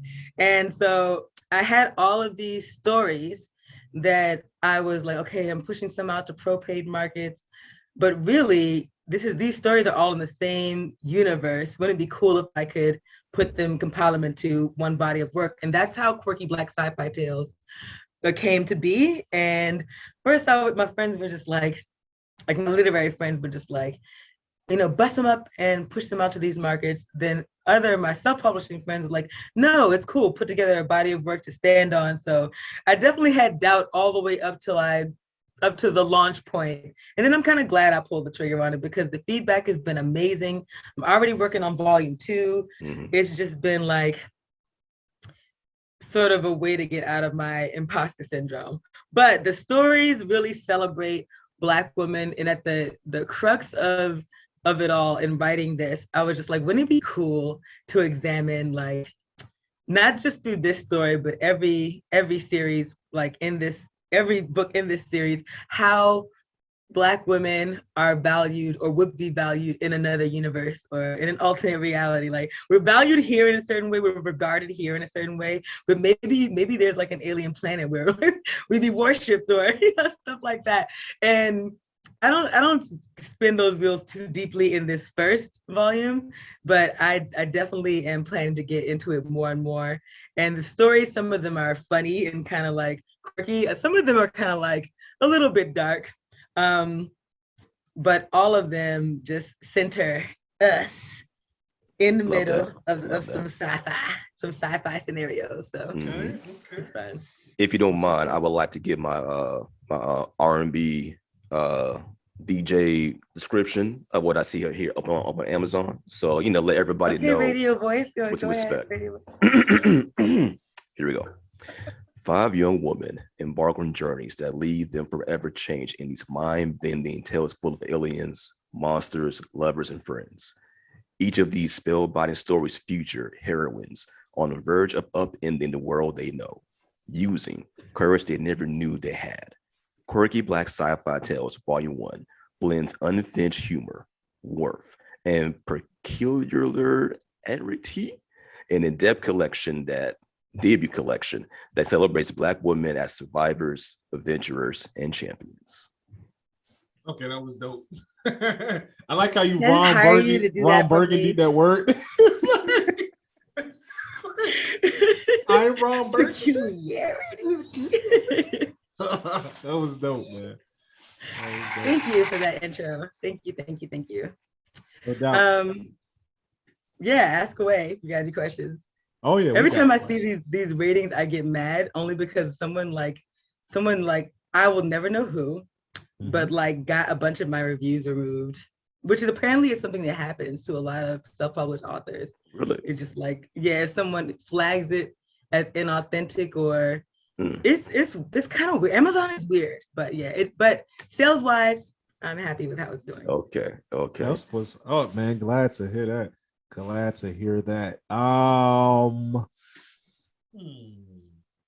think it's time. You think it's time, G? Is it time?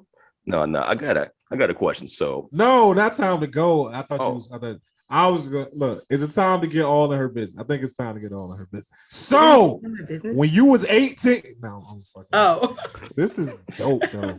I was like, silly human. You think I remember when I was 18? But yo, some people are just jerks. You know what I'm saying? Like, I'm pretty sure with somebody who, I bet it's somebody that knows you. I bet it's somebody that knows you and somebody that probably is like, you know what? She's doing her thing and I don't like that. Like, what was the dude from Belly? Remember the dude from Belly with the banana? Banana guy. I don't like that. I don't like that. It's somebody, I bet it's somebody you know. Someone suggested that to me, someone who actually worked for Amazon, and he says, yeah, if anyone flags your reviews, people do it maliciously, but for me, I always like to think that's the last possible. Like, I don't like to think of that as like, oh, someone's out to get me. Like I would need proof of that, but I feel like it may have happened. It doesn't have to be somebody I know, but I just feel like they don't just disappear on their own, right? Somebody had to like take action, and I will never understand why they did, whether I know them or not know them. For me, if I'm beefing with you, especially if I have like a falling out with a person, I'm not a person, another Black woman. I'm not gonna bother your livelihood. If you have a business, I'm not gonna go rate you down or leave you a bad review. Like, I'm not gonna come for, if I have a disagreement or I don't like you, that's just gonna be what it is because I'm a whole ass adult and we're just gonna move forward. And I won't even like not recommend you. I would just be like, we didn't jam on a personal level, but they're excellent at A, B, and C. So because I'm that way, I forget that some people are not. Sometimes. Yeah, I like it. Hey, thank you. Some people are not, but vengeance is mine, said the Lord. I feel like whoever is trying to stop me, please keep doing it, because this has been nothing but blessing since the new year rolled over. Sometimes all of your little whatever bad juju just converts to good energy for your enemy. So it's like while you're trying to thwart me, it's actually been a pretty good year so far. So keep trying to thwart me. So is it possible that the person who did this was one of the people whose soul that you ate, as you are a self-proclaimed soul eater? What is meant by soul eater? Elaborate on that, please.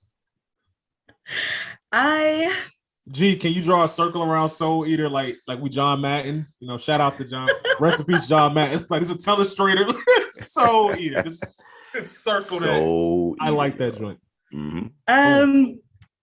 So soul eater is almost like an inside joke for the very few small little short tiny little list of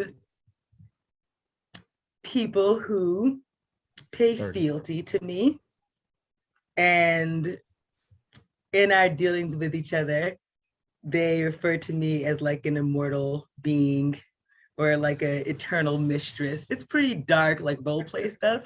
So Soul Eater is just sort of like a nod to that, like it's an inside thing, you know. Mistress We don't hentai shy, yeah. So I won't get too into it, but that's as deep as I'll go into it. So it's like a really, you know, author way of saying that. Mind your business. You turn the author has an alter ego. I should say the author has an alter ego. Look at that headshot. Go ahead on, girl. Let's talk about this right here. Headshot. 202 that is creates a professional photo. Creative Entrepreneur Winner 2022 resident. What is this all about? Oh yeah, so DC's mayor decided that I'm just going to insert this part because the city is being wiped of all culture and gentrified. No, I'm kidding. The DC's mayor decided that creatives needed a space for networking and trying to pull together funding, and if they could get that all together in one like a learning experience and do these sessions. So that's what the residency is. So it would be in person if it weren't for COVID. They have a space for it, but we're just doing these sessions where if you have something to offer the other creative, we're trading all of these things. Oh, I need more exposure for my podcast. Oh, I have a nationally syndicated radio show.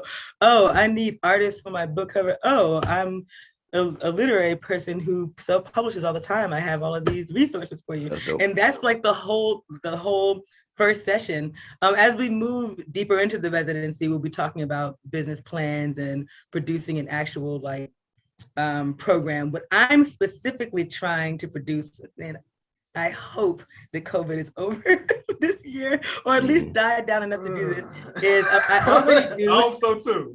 I'm not over my breath. I can do it digitally, but I wanna put together an event that centers on like Afrofuturism and Afrofuturism and literature. So having vendors there, having artists that have Afrofuturist work and Black sci-fi titles, and put them all in the same space and let it be like a pop-up, and also maybe do like a panel session, because those things all tied together like encompass each part of what I do. I already speak at these different panels and book cons. I'm like, wouldn't it be cool to just add a bunch of alcohol and be able to have some people come sell their books and art? That would be cool.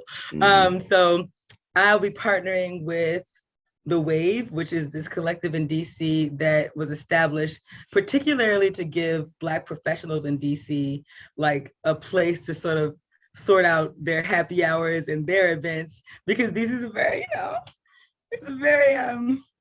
it's like most major cities where you're just like, you're looking for the bar, but you're looking for the bar where it might be some of your folks. Because you want to hear their music. You want to be, I don't necessarily want to hear no Shania Twain. You know what I'm saying? Hey, I don't come for Shania. Love me some Shania. You want to hear. Okay. And so listen, and before I said, I was like, watch, she gonna be like, I actually like some Shania Twain. I do like Shania Twain. She's to the one of us. Okay. I got a question for you real quick, because I think I might know where this is going. So you're big on sci-fi. Have you seen Lovecraft Country? Seen it and read it. And fuck you, G. Because you haven't, right? No, you know what's so funny about that? I'm so weird about recommendations. So when people recommend things to me, I'm like, sure, cool. And I'll like plan to watch it or read it. But when people keep recommending it to me, I'm like, you know what? Fuck you guys. I'll get to it when I get to it. And that happened with Lovecraft. They were like, oh my gosh, Sean, have you read Lovecraft Country? And I had the book and everything. And I'm like, and now I'm not going to, just because I'm so anti as a Virgo, I'm like, no, I'm going to read it last.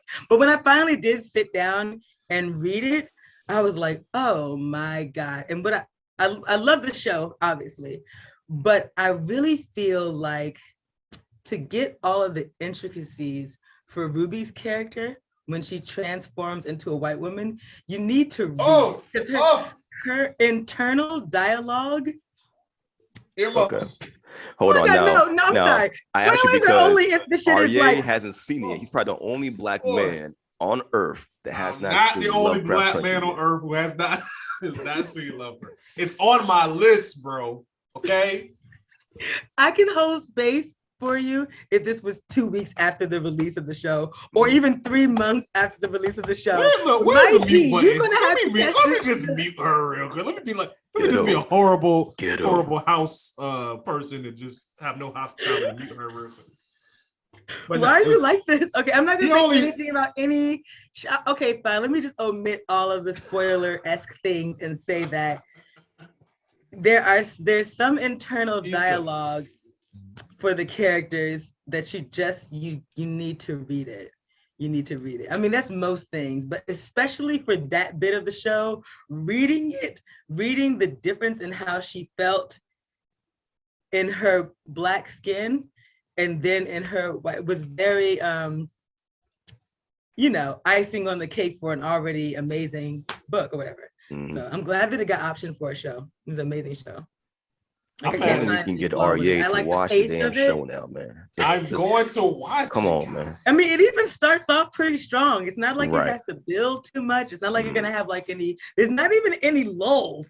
Nope. It's like straight up hits the ground running, and there's a lot of things going on.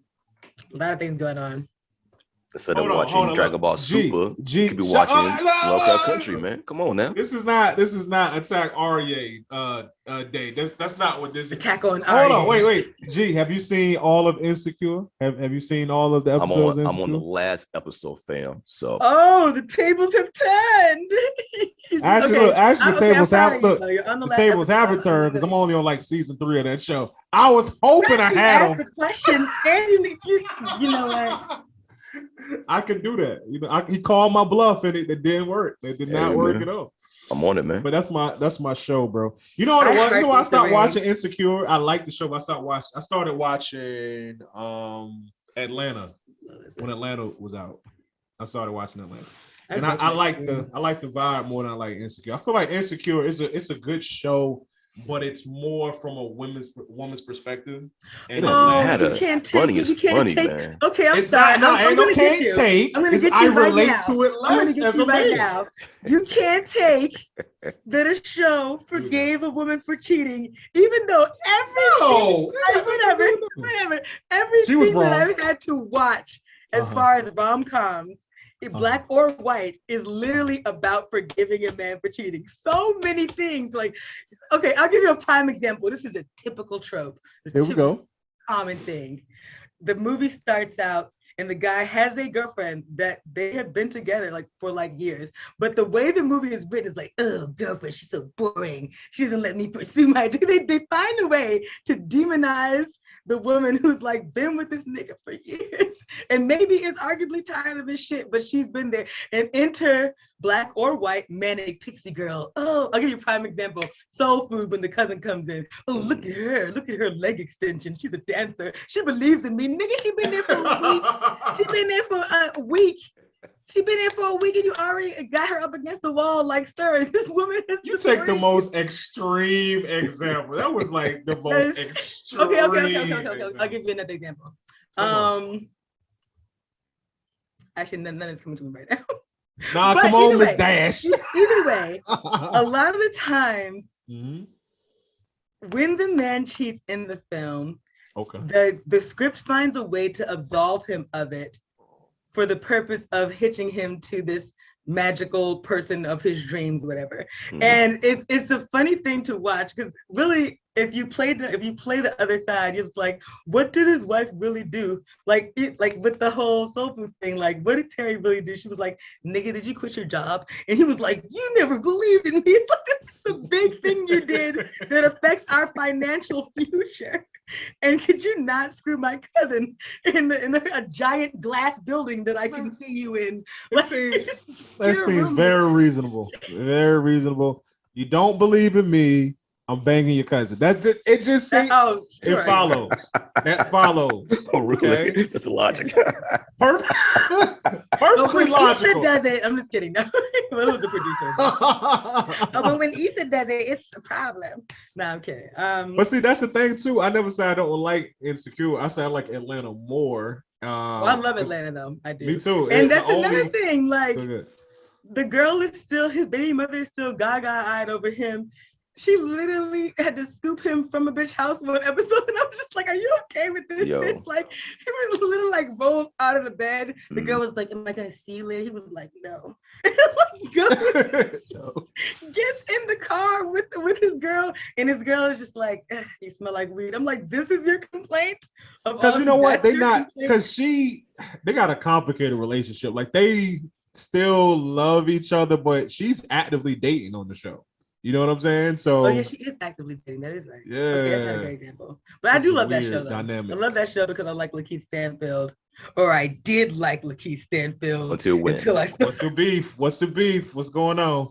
Until I saw him in Harder They Fall. Oh, because he shot the dude? What is he not supposed to shoot the dude?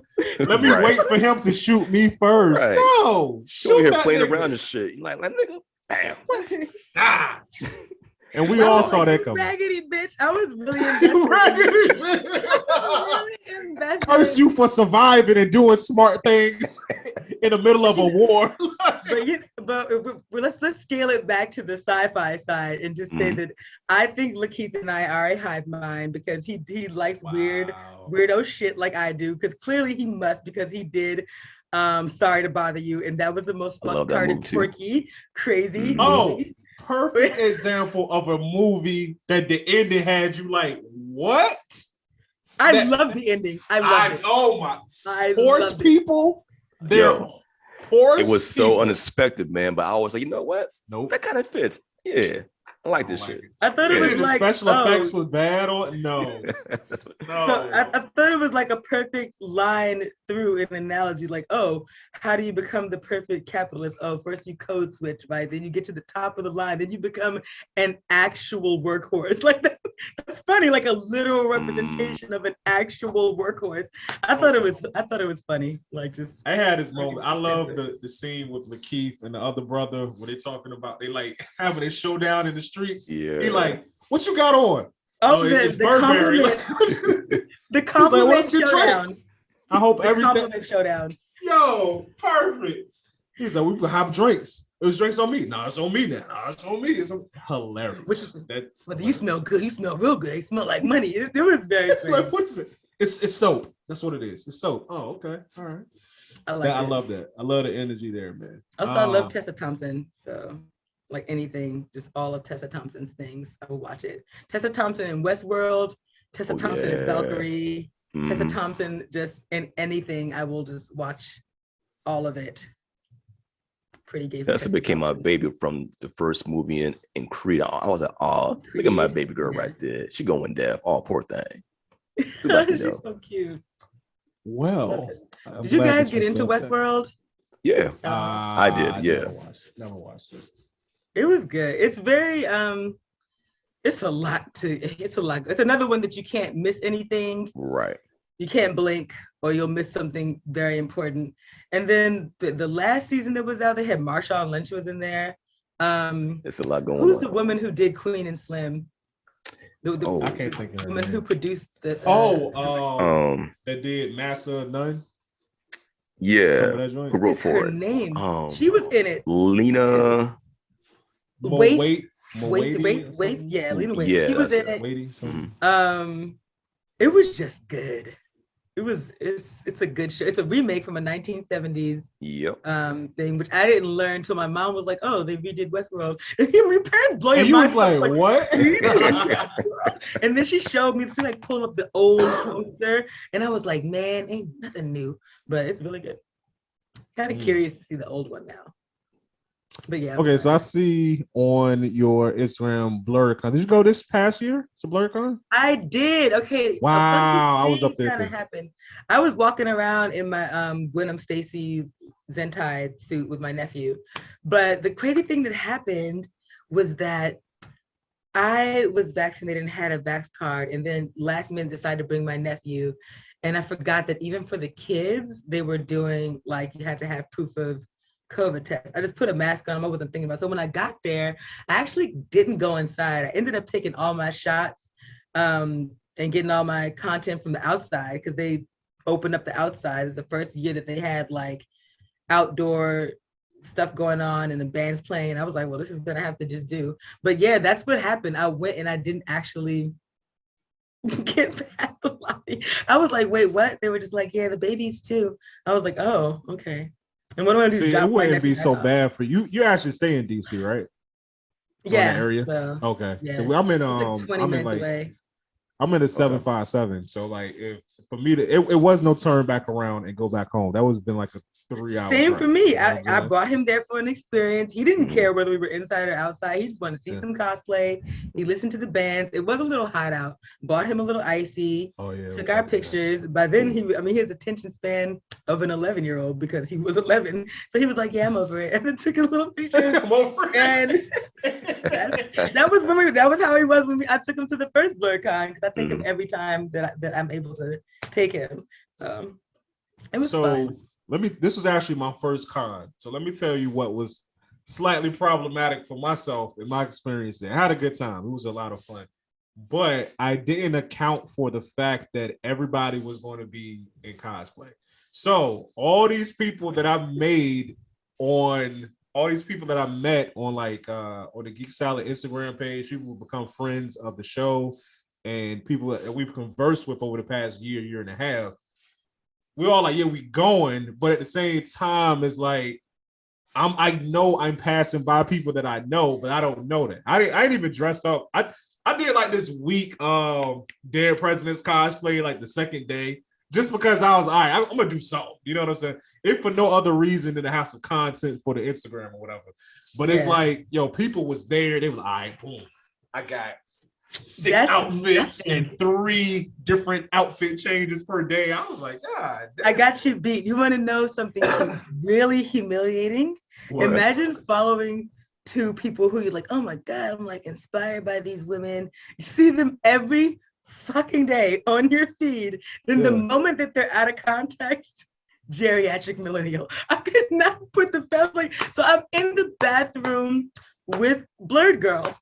Right, so in the bathroom, and I'm like, "Oh, girl, you look cute." She's like, "You look cute," you know, like it was like black girling each other. What you got on? You smell good. You smell good. What is that? Yeah, what? And then I'm like leaving, and I'm like going on my phone. He's like, "No," introducing me, walking out to the main thing. I was like, "I just saw her in the bathroom," but it doesn't stop there. It doesn't stop there. Wow. Someone walks past me in a fire ass like Misty Knight costume, whatever, and I'm like, no, not Missy Knight, Jessica Rambo costume, and I'm like, oh, this is cool, let me get it for the feed or whatever, and I'm like, click, oh, bye, and it was fucking Fantastic Frankie. Oh, word.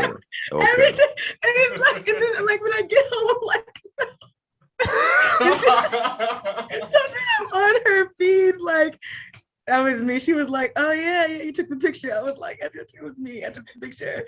And I know she's like, bitch, why didn't you say anything? But it's because it was a lot going on. I'm like trying to like work the floor, catch all the pictures.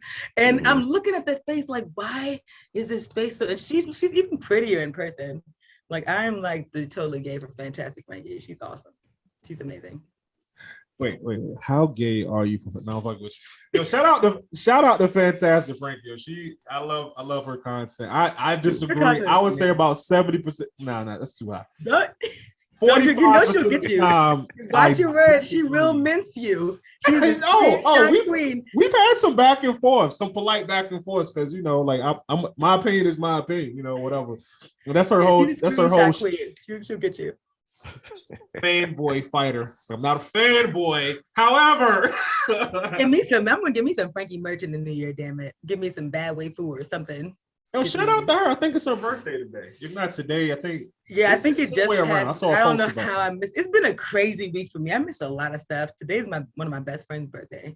She's having a sip and paint in 4 hours. Okay. Oh, that's gonna be dope. Mm-hmm. That's gonna be dope. Yeah, I feel like everybody's birthday and the COVID is just like it's like you're happy, but it's you're just also like, different now. Man. Yeah. You get tired of being in the house. Like I gotta break out, man. I can't just be in the house like forever. Like I need to be out. You know what I'm saying? And like do shit out. You know, I genuinely need sunshine and air for just like my regular ass mental health.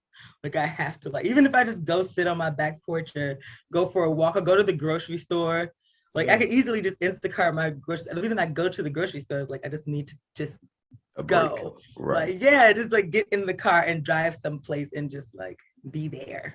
So. Do you do any modeling? Oh no. You just don't want to do it. I think you got to look.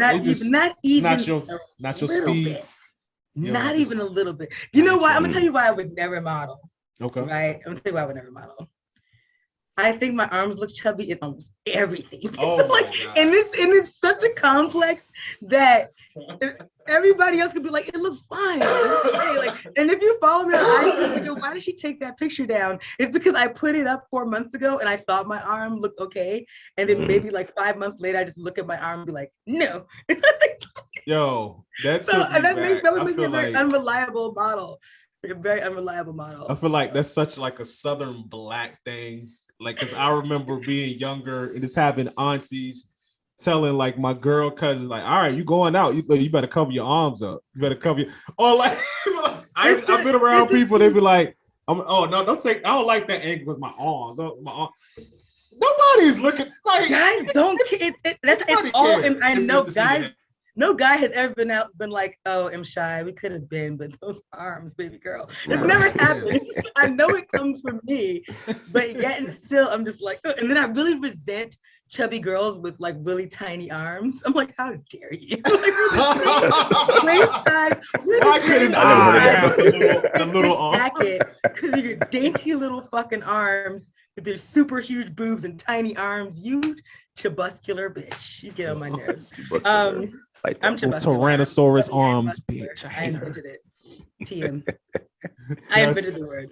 I invented the word chubuscular. If you hear anyone say it means chubby and muscular. If you hear anyone say it's mine, I coined it. So got it. Hear it trending anywhere, then yeah. Not to brag, but I did dope, that. Man. We're definitely gonna have to have you back on the show, man. I love this whole convo. I love the vocabulary words that we've added to our arsenal today. We definitely learned a lot. You know what I'm saying? We know what nihilism means. Okay. Shout out nihilism. Nihilism. I heard it both ways. Tomato. Yeah. Tomato. It's in the European way.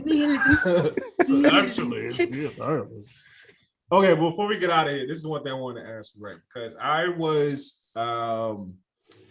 driving my 2 older sons, this is Wednesday, driving them home from school. And we're probably about 15 minutes away from the house. And it's a drawbridge that I have to go over. And the bridge was opening. So we had delayed. I'm like, all right. So normally it would take us about 10 minutes, but with the drawbridge going up, it takes about 10 minutes for it to go up and go down. So it's about to be a 20-minute ride before we can get home. And I'm chilling. I'm listening to a podcast. The kids in the back talking their middle school stuff, whatever they talking about, right? And I got a rumble in my tummy. I'm talking about a Winnie the Pooh level rumble in my tummy. And it was like, nigga, the countdown has begun. You got 7 minutes. Exactly 7 minutes. Countdown. Oh, no. My butt was like, yo. So all I could do was like clench my cheeks and pray to God that this don't happen in the car. Because it's worse enough. I thought the story was going. Yeah. But I didn't know it was going. Listen. I didn't know it was going. So I'm just like, this cannot happen. It would be worse enough if you had to go number 2 on yourself in the car. That's horrible, right? But you can clean yourself up. You can clean your car. However, the fact that my teenage middle school sons was in the car, me and G was talking about this earlier. It's never like, gonna let you live it down. Never. Never. Never. Look, if they beat me in a video game, they'll talk about it for 2 or 3 weeks, right? Let alone, like, what? They would be the father. I would be the son at that. Exactly. That's how that would go. It's definitely So a big thank God bargaining it didn't chip. happen. You know, All your respect would be thrown out the window. Oh, forever. no respect. Instantly. Just clench my butt cheeks and thank God that the bridge came down quick. And I was doing like 90 on the interstate. I made it. Thank God. Yo, imagine telling your boy, hey, boys, it's time to go to bed. Dad, that's why your butt stink, Dad. You know, it's like it's like so shitty. No matter what Yeah, you it do, was you definitely- can't, especially the you older can't ones. discipline. You can't tell them where to go. Shut your sneaky ass up. You know what I'm saying? You can't control me. You can't even control your own bowels. You know what I'm saying? Really messy. That Really would be messy. so embarrassing. But And what look, could you say to that? I want to ask can't do y'all, look, anything what is either your most embarrassing moment or your almost most embarrassing moment? Because that could have been almost. Thank God it didn't happen, but Oh, easy. I got one. Easy. yeah. Okay, I was in either my senior year of high school or just got out of high school. Either way, I was in like a heavy wig phase, but like not like the good wigs that girls wear now, where it's just like sorcery, like just a regular security guard looking ass wig, like little bang. Tyler Perry level wig. Just Tyler Perry level. I work security guard wigs, whatever. So I was about to get my hair braided. So I like stuffed my hair under this wig and I needed to go to the beauty supply, which was like past the liquor store. So in hoods, as you know, gentlemen like to loiter around the liquor store just for no reason, to be like 20 guys out there, whatever. So I'm walking, I think I'm cute, right? I got a little black body shirt, got my little bongos on, whatever. This is just how long ago this was, bongos, or could have been Paris goes. Walking, I also have on large sunglasses, so I'm a whole Miss Potato Head out here. Sunglasses, I got on a wig, I'm walking through, and so there is a crackhead on what is clearly a stolen bike. Like it had little ribbon streamers. It was pink. It was like glitter themed. This was a crackhead on a bike. He's barreling towards me and he's like trying to maneuver. He goes left, I go left. And so I go right, then he goes right. And then we realize and make eye contact. I make my big brown eyes hidden behind these huge Mary J. Blige-esque frames and his bloodshot crackhead eyes make eye contact and we realize we're going to collide. So when I tell you it happened in slow motion, it's because it did. He collided with me.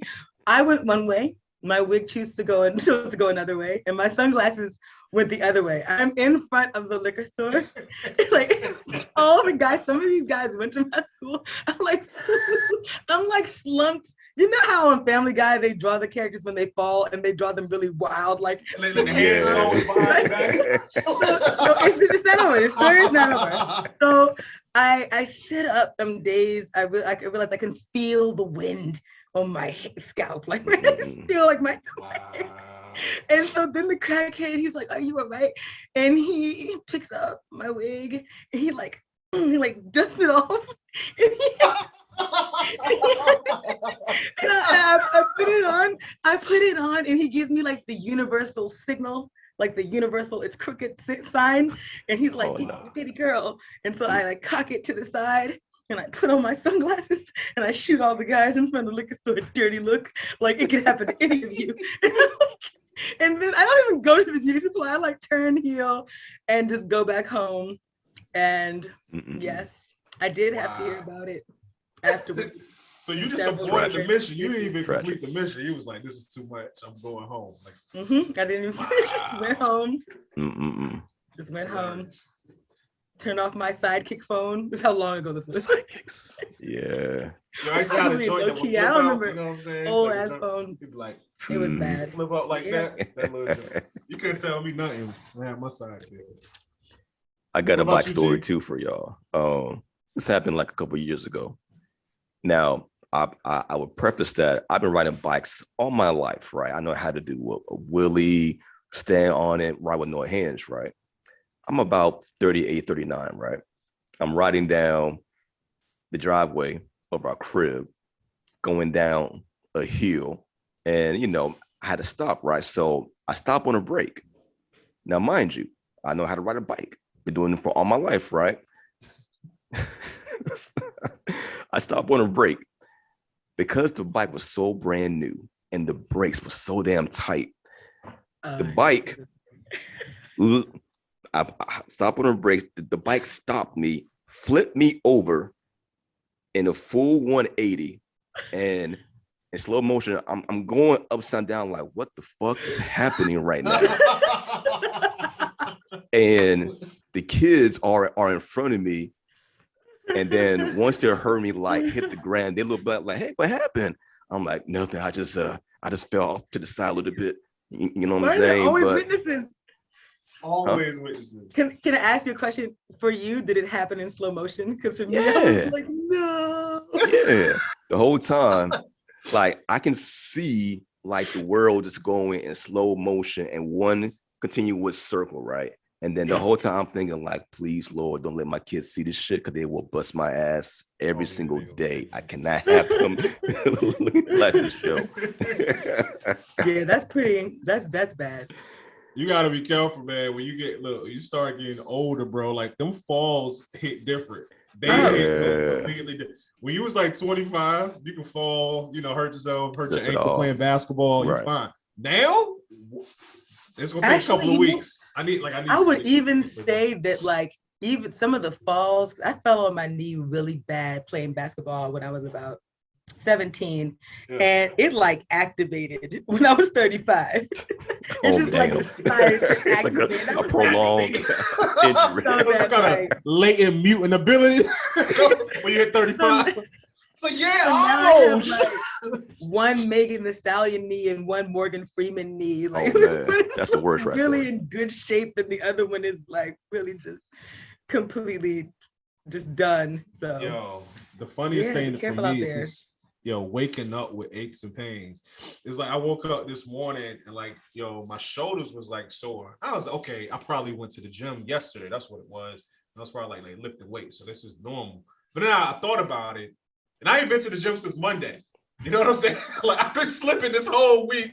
So my shoulders was just hurting because of however I went to sleep last night. Like it's like hilarious, man.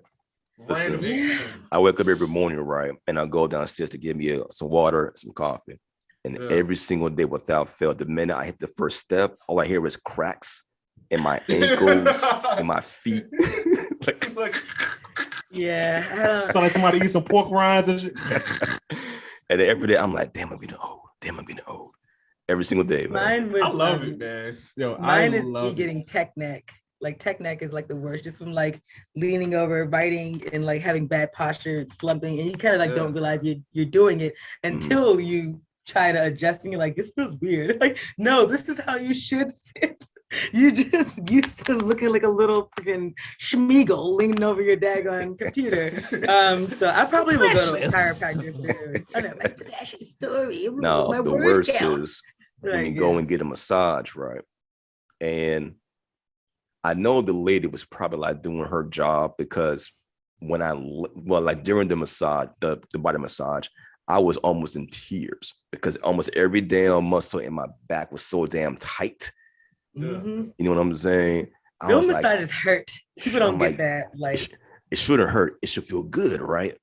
She's like, no, you're so tense and tight. You know what I'm saying? I'm like, well, blame it on age then. So now I make it a point to go every month to get a massage because if I don't, that shit will lock up again. It's the knots. Like the knots take sessions to like rule. And then they don't, if you don't work them out, they just like don't go anywhere. Like they'll just be sitting there. I'm thinking I'm gonna go. I've gone to massage therapists, but I've never gone to like an actual chiropractor and got realigned. I keep seeing this one that's in our area on IG. Was it called My Favorite Doctor or something like that? And he like shows you the value of going to get like realigned. And he's like, it's really crazy to watch these posts that he has up because he's just cracking people's necks and pulling their legs, but they always look really, really. Is it a white dude? Yeah. Like He's he'll so be funny, like, actually. I've seen. Does he be having like IG models? He has up there like sometimes? celebrities, IG model, whoever. I'll on be there. like, wait a minute, because like the girls, every time he does it with the girls, they just always happen to be like laying on the table, like with their butt, like out. I'm like, you knew what you was doing. He's trying to get some views, but it'd be funny because like he's always so calm at first. Like, oh yeah, this is your neck. Okay, you fine? How are you? Like, oh, it's like he's like, take a deep breath in. Oh, okay. And then the person's always like, oh, yeah.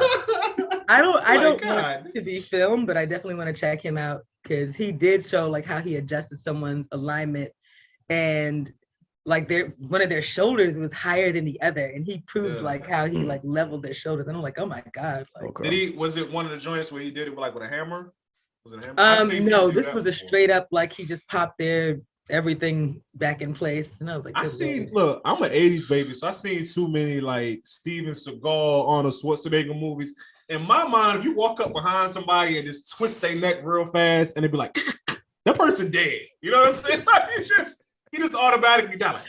But also from those movies, don't all of us think that if we dislocate our shoulder, somebody can come like Mr. Miyagi and back in? And people underestimate how painful that probably actually is for someone to pop your joint back into the socket. Yeah, I can't imagine. Like I had my shoulder was never out of place. When I played football in high school, I got tackled, and big dude tackled me, right? And he landed on me, and I laid on my side, and all of his weight came down on my shoulder, and I was just on the ground. Did you break your collarbones?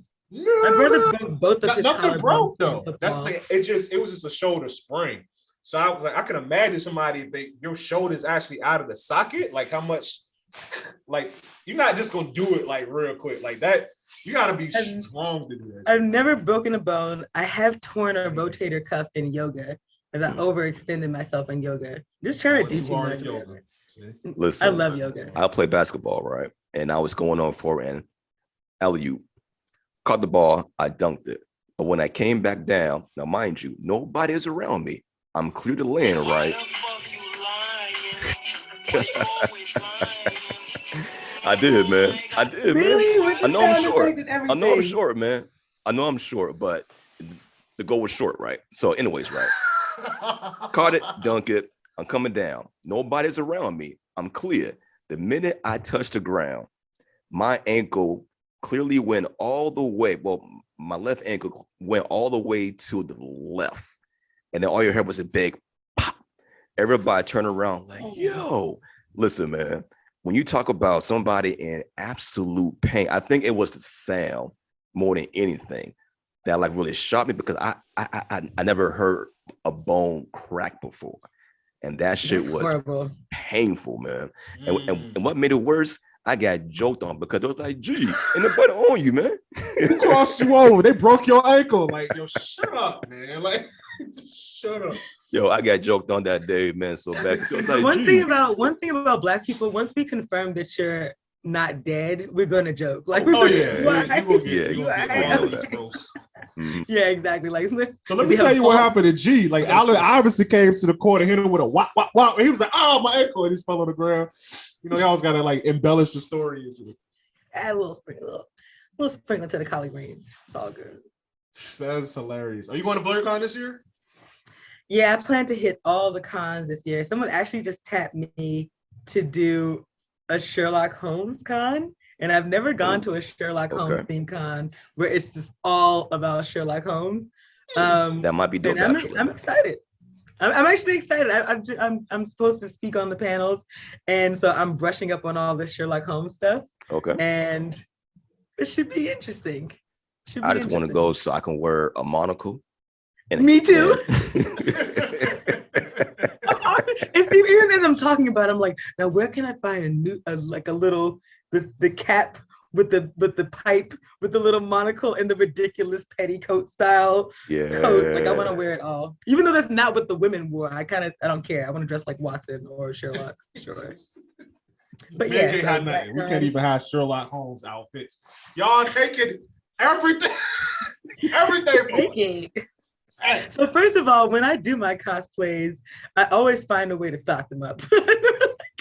I'm like, how can I make this Bulma more Bulma? Like,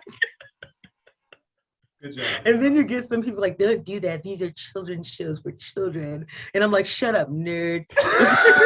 I'm doing Thought Bulma. Deal with it. Like, you want me to not do a sexy General as Death? How do you not do a sexy General as Death? Like, shut up. Oh man. You seen General as Death? There's no way to not sexy Shut up, it. nerd. Yo, listen though. I'm with you because at BlurredCon was dope, but you had some people who cosplays was like dumb risque. Like, in fact, I was cool with the women, and it's not fair, but I don't care. I don't have to be fair. It was one dude walking around in just like a G-string, and I was like, oh, nigga, put on some pants. I don't want to see that shit. You can't do that. You can't do that. I ain't saying it, but it's what I'm thinking. Like, it's not for me. I don't want to see that. But check it though. I like to see everyone like their free flag fly. On one of the BlurredCon Facebook groups, somebody had wrote a message, and it was just like, I don't want to raid on nobody's parade, but what do you guys think about having, it just be regular non-risque costumes in the day, because there's a lot of kids that go, and then after say like 7 p.m., that's when anything goes. And he was like, he was like, I don't mean to, step on anybody's toes. I just want to know what you guys think about that, because I have a lot of young kids I bring. When I tell you they flamed this man in the comments, like, really? Nigga, la la la la la la la la la la. I was just like, it won't like dude was disrespectful. Like, I don't want to see all of these. I hope my young daughter is here. I was like, the dude was like mad respectful. You can just be like, nah, I disagree with you. They flamed him though. I don't think the flaming was necessary. I hold space for this argument. I do. I would even agree with it. If I had to vote, I'd be like, okay, whatever. Maybe we could have a designated demon time for your demon time cosplays, right? But the only thing that's flawed about that argument is you're assuming your children haven't seen these cheeks flying in literally every game and every like, if they're playing video games, they have seen the cheeks. Maybe they're digital cheeks, pixelated cheeks, but they're cheeks. I think parents like to have this sort of like a disconnect between what their children have already seen. And I can honestly say that even for all the risque cosplays that I've seen, nothing has been so over the top to like make a child like faint or need their asthma inhaler. Like, I'm just saying, a butt, like wear a booty, or like, right. like someone with some pasties on. Like, it's never like, nothing is that serious. I think the craziest one I saw was like Cammy, where it's like really cut high. And I was like, I think I can see your uterus, but other than that, this is a great cosplay. I see your vulva, but this is a great cosplay. She had the body for it. Mwah. Other than that, I haven't seen anything where like, and what's crazier? The kids are kind of not, because they're not sexualizing things because they're kids, they kind of like don't see it. Like, if like a woman in a giant, well done Gundam cosplay, they can be like, wow, and run towards the Gundam. They don't get me like 6 years old to 8 years old. Like, they don't give a fuck about those cheeks yet. You know what I'm saying? Like, if you bring your 12-year-old, that's on you, But yeah, it's funny too, because I can't front. I don't have, like, I got all boys. Like, apparently that's all that I make. And but I will feel, and listen, it can be, you can say that maybe it's an antiquated view, it's an old-fashioned view, but like, okay, so if it was a bunch of dudes, right, and let's say they were cosplaying as the characters from Magic Mike, okay, so they just oiled up, pretty much naked, they got a banana hammock on. If I got like a 10-year-old little girl,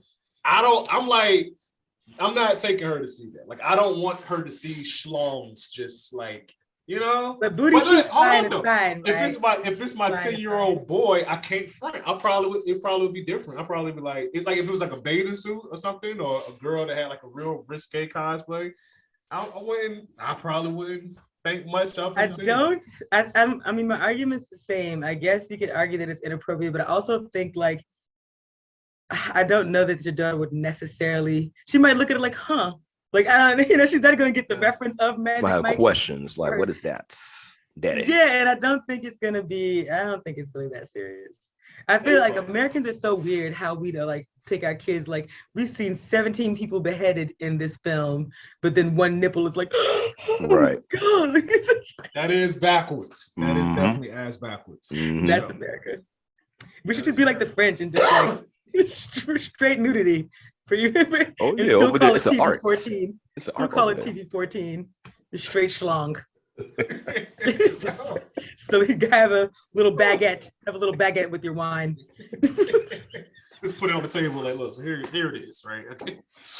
That's wild.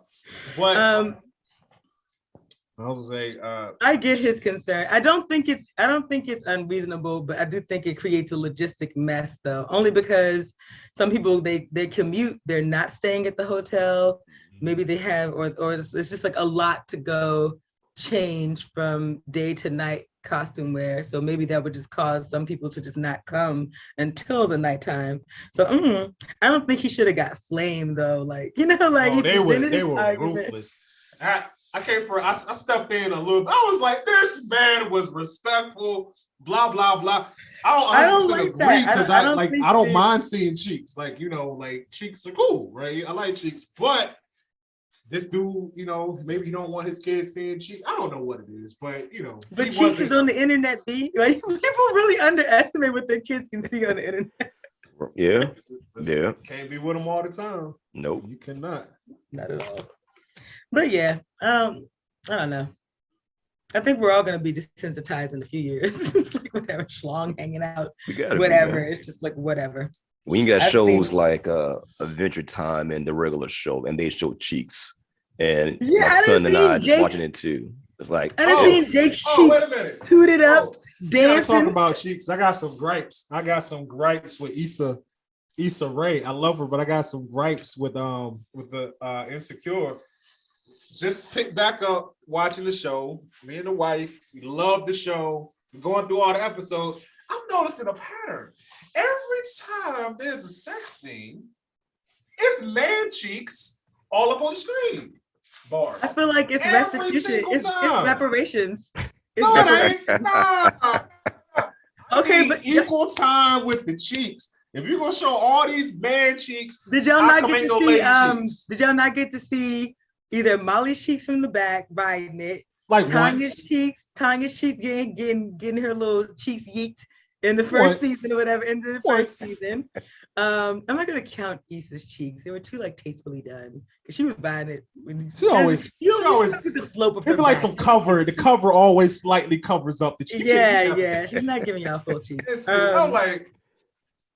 I'd be like playing with my wife. I'd be like put my hand like over her face, like, nah, you don't need to see these man cheeks, nah. But you know what? I don't want to see it, and you don't need to see it. I like that the ratio is off because now it's just like, how does it feel, sir? When a woman directs these things, this is what you're gonna get. All flavors of brothers, light skin, dark skin, all the man candy. Problematic. It's very problematic. All the man cheeks and Insecure. An otherwise great show ruined by excess man cheeks. It's her show, man. You're putting it. I don't want to see the man cheeks, up but there it's her with like show. Gladiator or something. Man cheeks. I don't think nobody. What does it look like in the writer's room? Like, what does it look? You know what? All right, boom. We got drama in here. She's gonna have drama with her friend. She got issues with her mama. What else we need? We got everything we need. No, I got an idea. What you need? More man cheeks. That's what we need to make this show great. More cheeks. This guy's a genius. Listen, right in more man cheeks. Listen, man. If you feel like that about Insecure, then do not watch Euphoria. Because damn, there are so many dicks in that damn show. It is for no crazy, reason. Man. Some of the scenes didn't even call for it. Right. I'm like that for the premiere. I'm just like, but why though? He was like, that's how it was. What was that show? What was that show about? American Gods. Have y'all seen that show? Yeah. Some of it. I watched it for Bill Keith. Oh my god, I love her character. So no. Oh yeah. Oh my god. You know what I'm talking about. I know. I forget the actress who plays her, but she was amazing. Yeah. Something like that. But the first either the first or the second episode, there was a scene between one of the gods and this guy. It's like a, like a gay love scene. And when I tell you the scene stretched on for like 10 minutes, I'm just like, okay, like I get it, I'm not homophobic, but like that was it was one step below some gay porn. And I was just like, why is this lasting What's the problem for 10 minutes? Sounds like a party. But I was like, come on, like, God, this is gratuitous. I don't need to see. I'm about equal opportunity scenes for all types of people. You know what I really want to see on television? I just want to see like two really, really large bodies that take up space, just like mashing it totally. I don't want to see I don't even want to see a commercially acceptable body. So I want to see like a. And actually, Insecure did that because she hooked up with that big dude, and she was like, "You ain't never fuck with a big dude." And see, look, as a big brother, I was cool with that. I was like, yes, representation.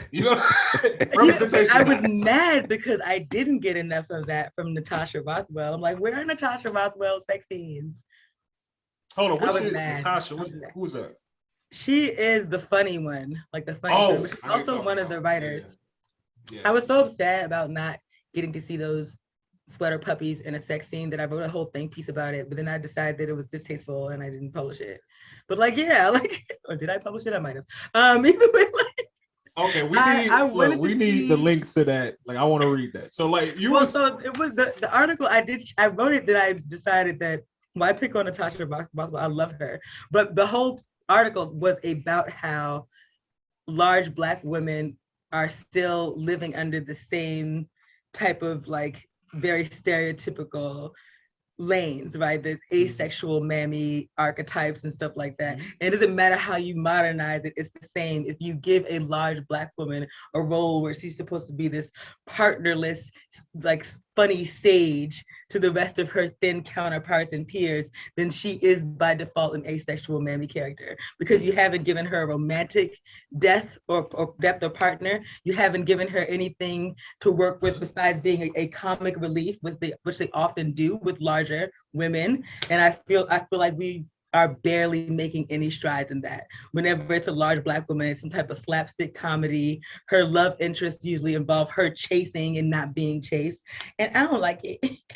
Period. I don't like it. Listen, my big sisters get some like it's. Let me push back just a little bit on that though. I agree with you, but I would say it's not just limited to women because you kind of can say the same thing for guys. Like big guys tend to be the funny friend and not like the main lead role guy. Let me summon my sensei level argument about this. Okay. I want you to think of every cartoon you've ever grown up with and think about all the fat, schlubby, gross partners with their thin, perfect, commercially pretty, from sitcoms to actual cartoons, from the Jetsons to the Flintstones to Jetsons was too regular commercially sized people. So from Flintstones all the way to fucking just all the way throughout the history of everything, they always will pair a gross, like, look at Al. You may hate Peggy's personality. Peggy was a motherfucking bombshell. This gross motherfucker got to lay next to, even her walk was a little, she wasn't like, Peggy was a mood, period. Peggy was a mood. Wilma was a mood. You see it all the time, even if in Black bomb-coms, like you look at like, they put Eddie Griffith with like somebody who looks like Sanaa Lathan. It's just like, every time you don't really see that as much with the women. She likes the way he makes her feel. And laugh. That's why she is with him. Okay. But you know what? Okay, let me say this to that though. Can you say that that's kind of different than what you see in real life? Because women are visual creatures too. Y'all want y'all guys to look. My fat friends are fucking who they want. They ain't hurting for no affection. But I ain't talking about that. I'm talking about like the whole like my fat friends, like I'm not all the included time. in the It'll fat be friends. like a dude, a goofy kind of looking dude, but he's with like a bombshell woman. Like that's not uncommon. And a part of the reason is like, I think he gotta be fire ass funny. That's what I'm talking about. Women, it's funny. like you would never listen. You would never hear. I'm not gonna say never, but most of the time, dudes aren't like, you know what? I want to ask her out just because like she just makes me feel a certain way every time I'm around her. I'm not saying it don't happen, but most of the time, a dude will ask a girl out because he thinks she's attractive, and her personality and all the other stuff that comes with getting to know her. Then you find different stuff you like about her. But usually off rip is looks off rip. Women looks off rip too, but I got a lot of female friends who I've heard them say like, yo, I really like him just because like his personality or the way he talks, the way he does stuff. Like sketchy for me, like, do I really like him because I of my own volition like this person, or am I culturally conditioned to think that this is how these pairings go and that men get to choose their partners in this way and women get, especially Black women, get to choose their partners in this way? So it's hard to figure out which dynamic is at play. Like, and the whole, that goes for a lot of things in the way that we love in our communities. It goes for our pairings complexion wise. It's like, do you really like this, or do you just think that you should like this because you're this? And that's why you see all these really mismatch like complexions. And I made jokes about that a lot. And it's hard to know. It's hard to know what part of it is conditioning and what part of it is settling and what part of it is like, do we really like this person? Like, oh, well, he's straight, he has a job, let me just, like for some of us, that's where it's at. It gets so bad, that's where it's at. Like, he's straight, he has a job, I just gonna go with this. Clocks are ticking, time's are ticking. I think more than ever now, like, you know, people are starting to really, you know, decide what they want instead of accepting the norms. You know what I'm saying? Like, what was supposed to be normal, like, you know, why, you know, big house, picket fence. Now it's like, well, maybe I don't want kids until I'm about 30, 35. You know, maybe I want to focus on my career, or maybe I don't want to settle for the guy that's nice and funny, and vice versa with the woman. You know what I'm saying? I think now more people is really, for the most part, hopefully, really digging into what they really want out of a partner, and saying like, yo, this is my plate, this is what I want, or get down for it or not. Yeah, I feel like it's such an easy thing to become an instant social media star by putting these hot button issues to men and women. But the reality of it is, for me, I don't demonize anybody for what their preference is. I think I would tell some people to take pause and think about why their preference is what it is. But for the most part, I mean, excuse my French, but you can't really help what your dick likes. And like, for women, you can't really help with your pussy likes. Is it problematic? Probably. Is it a little bit toxic? Maybe. But it is what it is. So if somebody wants to forego the financial stability and be with somebody who they can just cosplay with and makes them laugh, then that's their choice. If someone says that, no, my bottom line is that I need to be taken care of, even if it means that I sometimes have to eat shit and get cheated on, that's their choice. I stay out of grown folks' business. I mind the business that pays me. If that's who you decide upon, be happy, king. I say go with who fits your life the best, and that can look 1,000 different ways for 1,000 different people. So damn, that was well said. All right, the author, we want to thank you for being on the show. Listen, tell the people where they can follow you at on social media. Don't follow me. My IG is ratchet. It's just full of anime memes, some of them involving dicks, and like a few accolades. Like, don't follow me. No, I'm kidding. My IG is Mshai, and it's 3 M's. 3 M's. MMMSHAI. My Twitter is like super like whack, but it's just MshaiDash on Twitter. And I mean, everything's in my link tree, so you can find everything. Don't read my blog. It's an actual open diary. It's really, really messy. My website is real, like, don't read it. I would just say don't read it, but you don't read it. And it's here too, like blog. Like, okay, maybe we definitely have to read see the blog now, you know. And we know it's all personal and stuff, so now we gonna find all your dirty secrets. The 50 to follow link in the link tree is just like a bunch of creators. I'm gonna update that soon, like in all the blurred people and it's just a clickable links or whatever. And then, yeah, I think if you scroll down, it's oh no, I forgot I did that thing. Never mind. I forgot. What is that? We'll edit that part out. Gotcha. No, we not. No, keep it. I mean, you put your email in, then maybe you can get this blurred list. Okay. It's so like yes.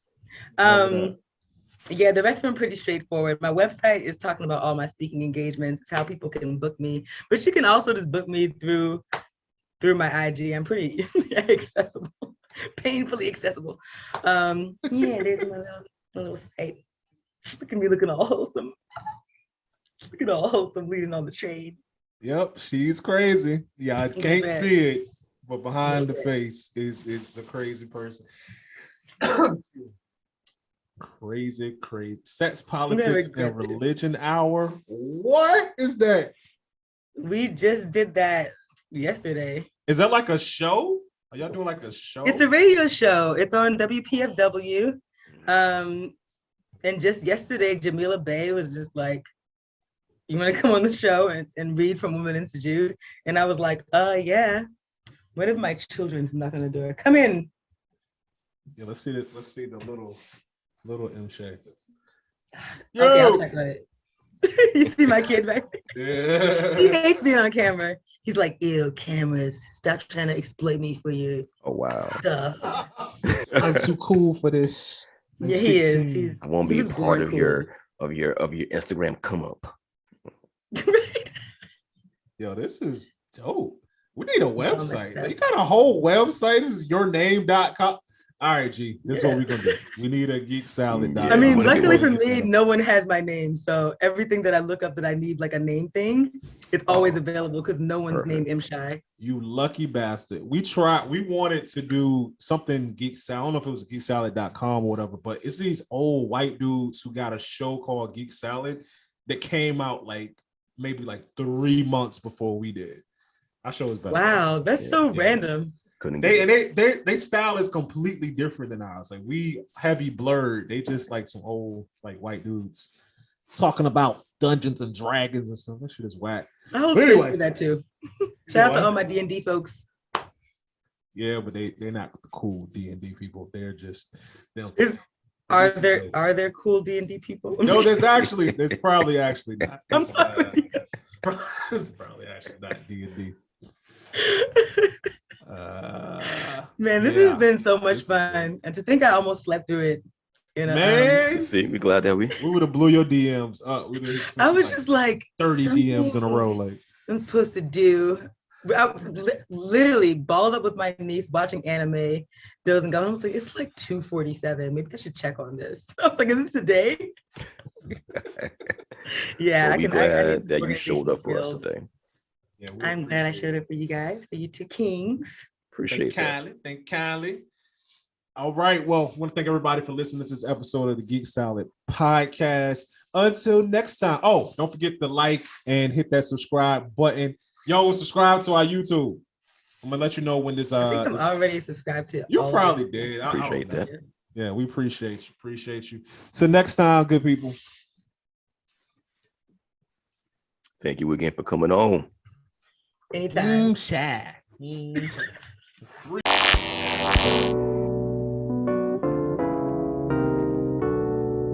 I'm on the come up, jump up, I pick my gun up. Joe Jackson with trap.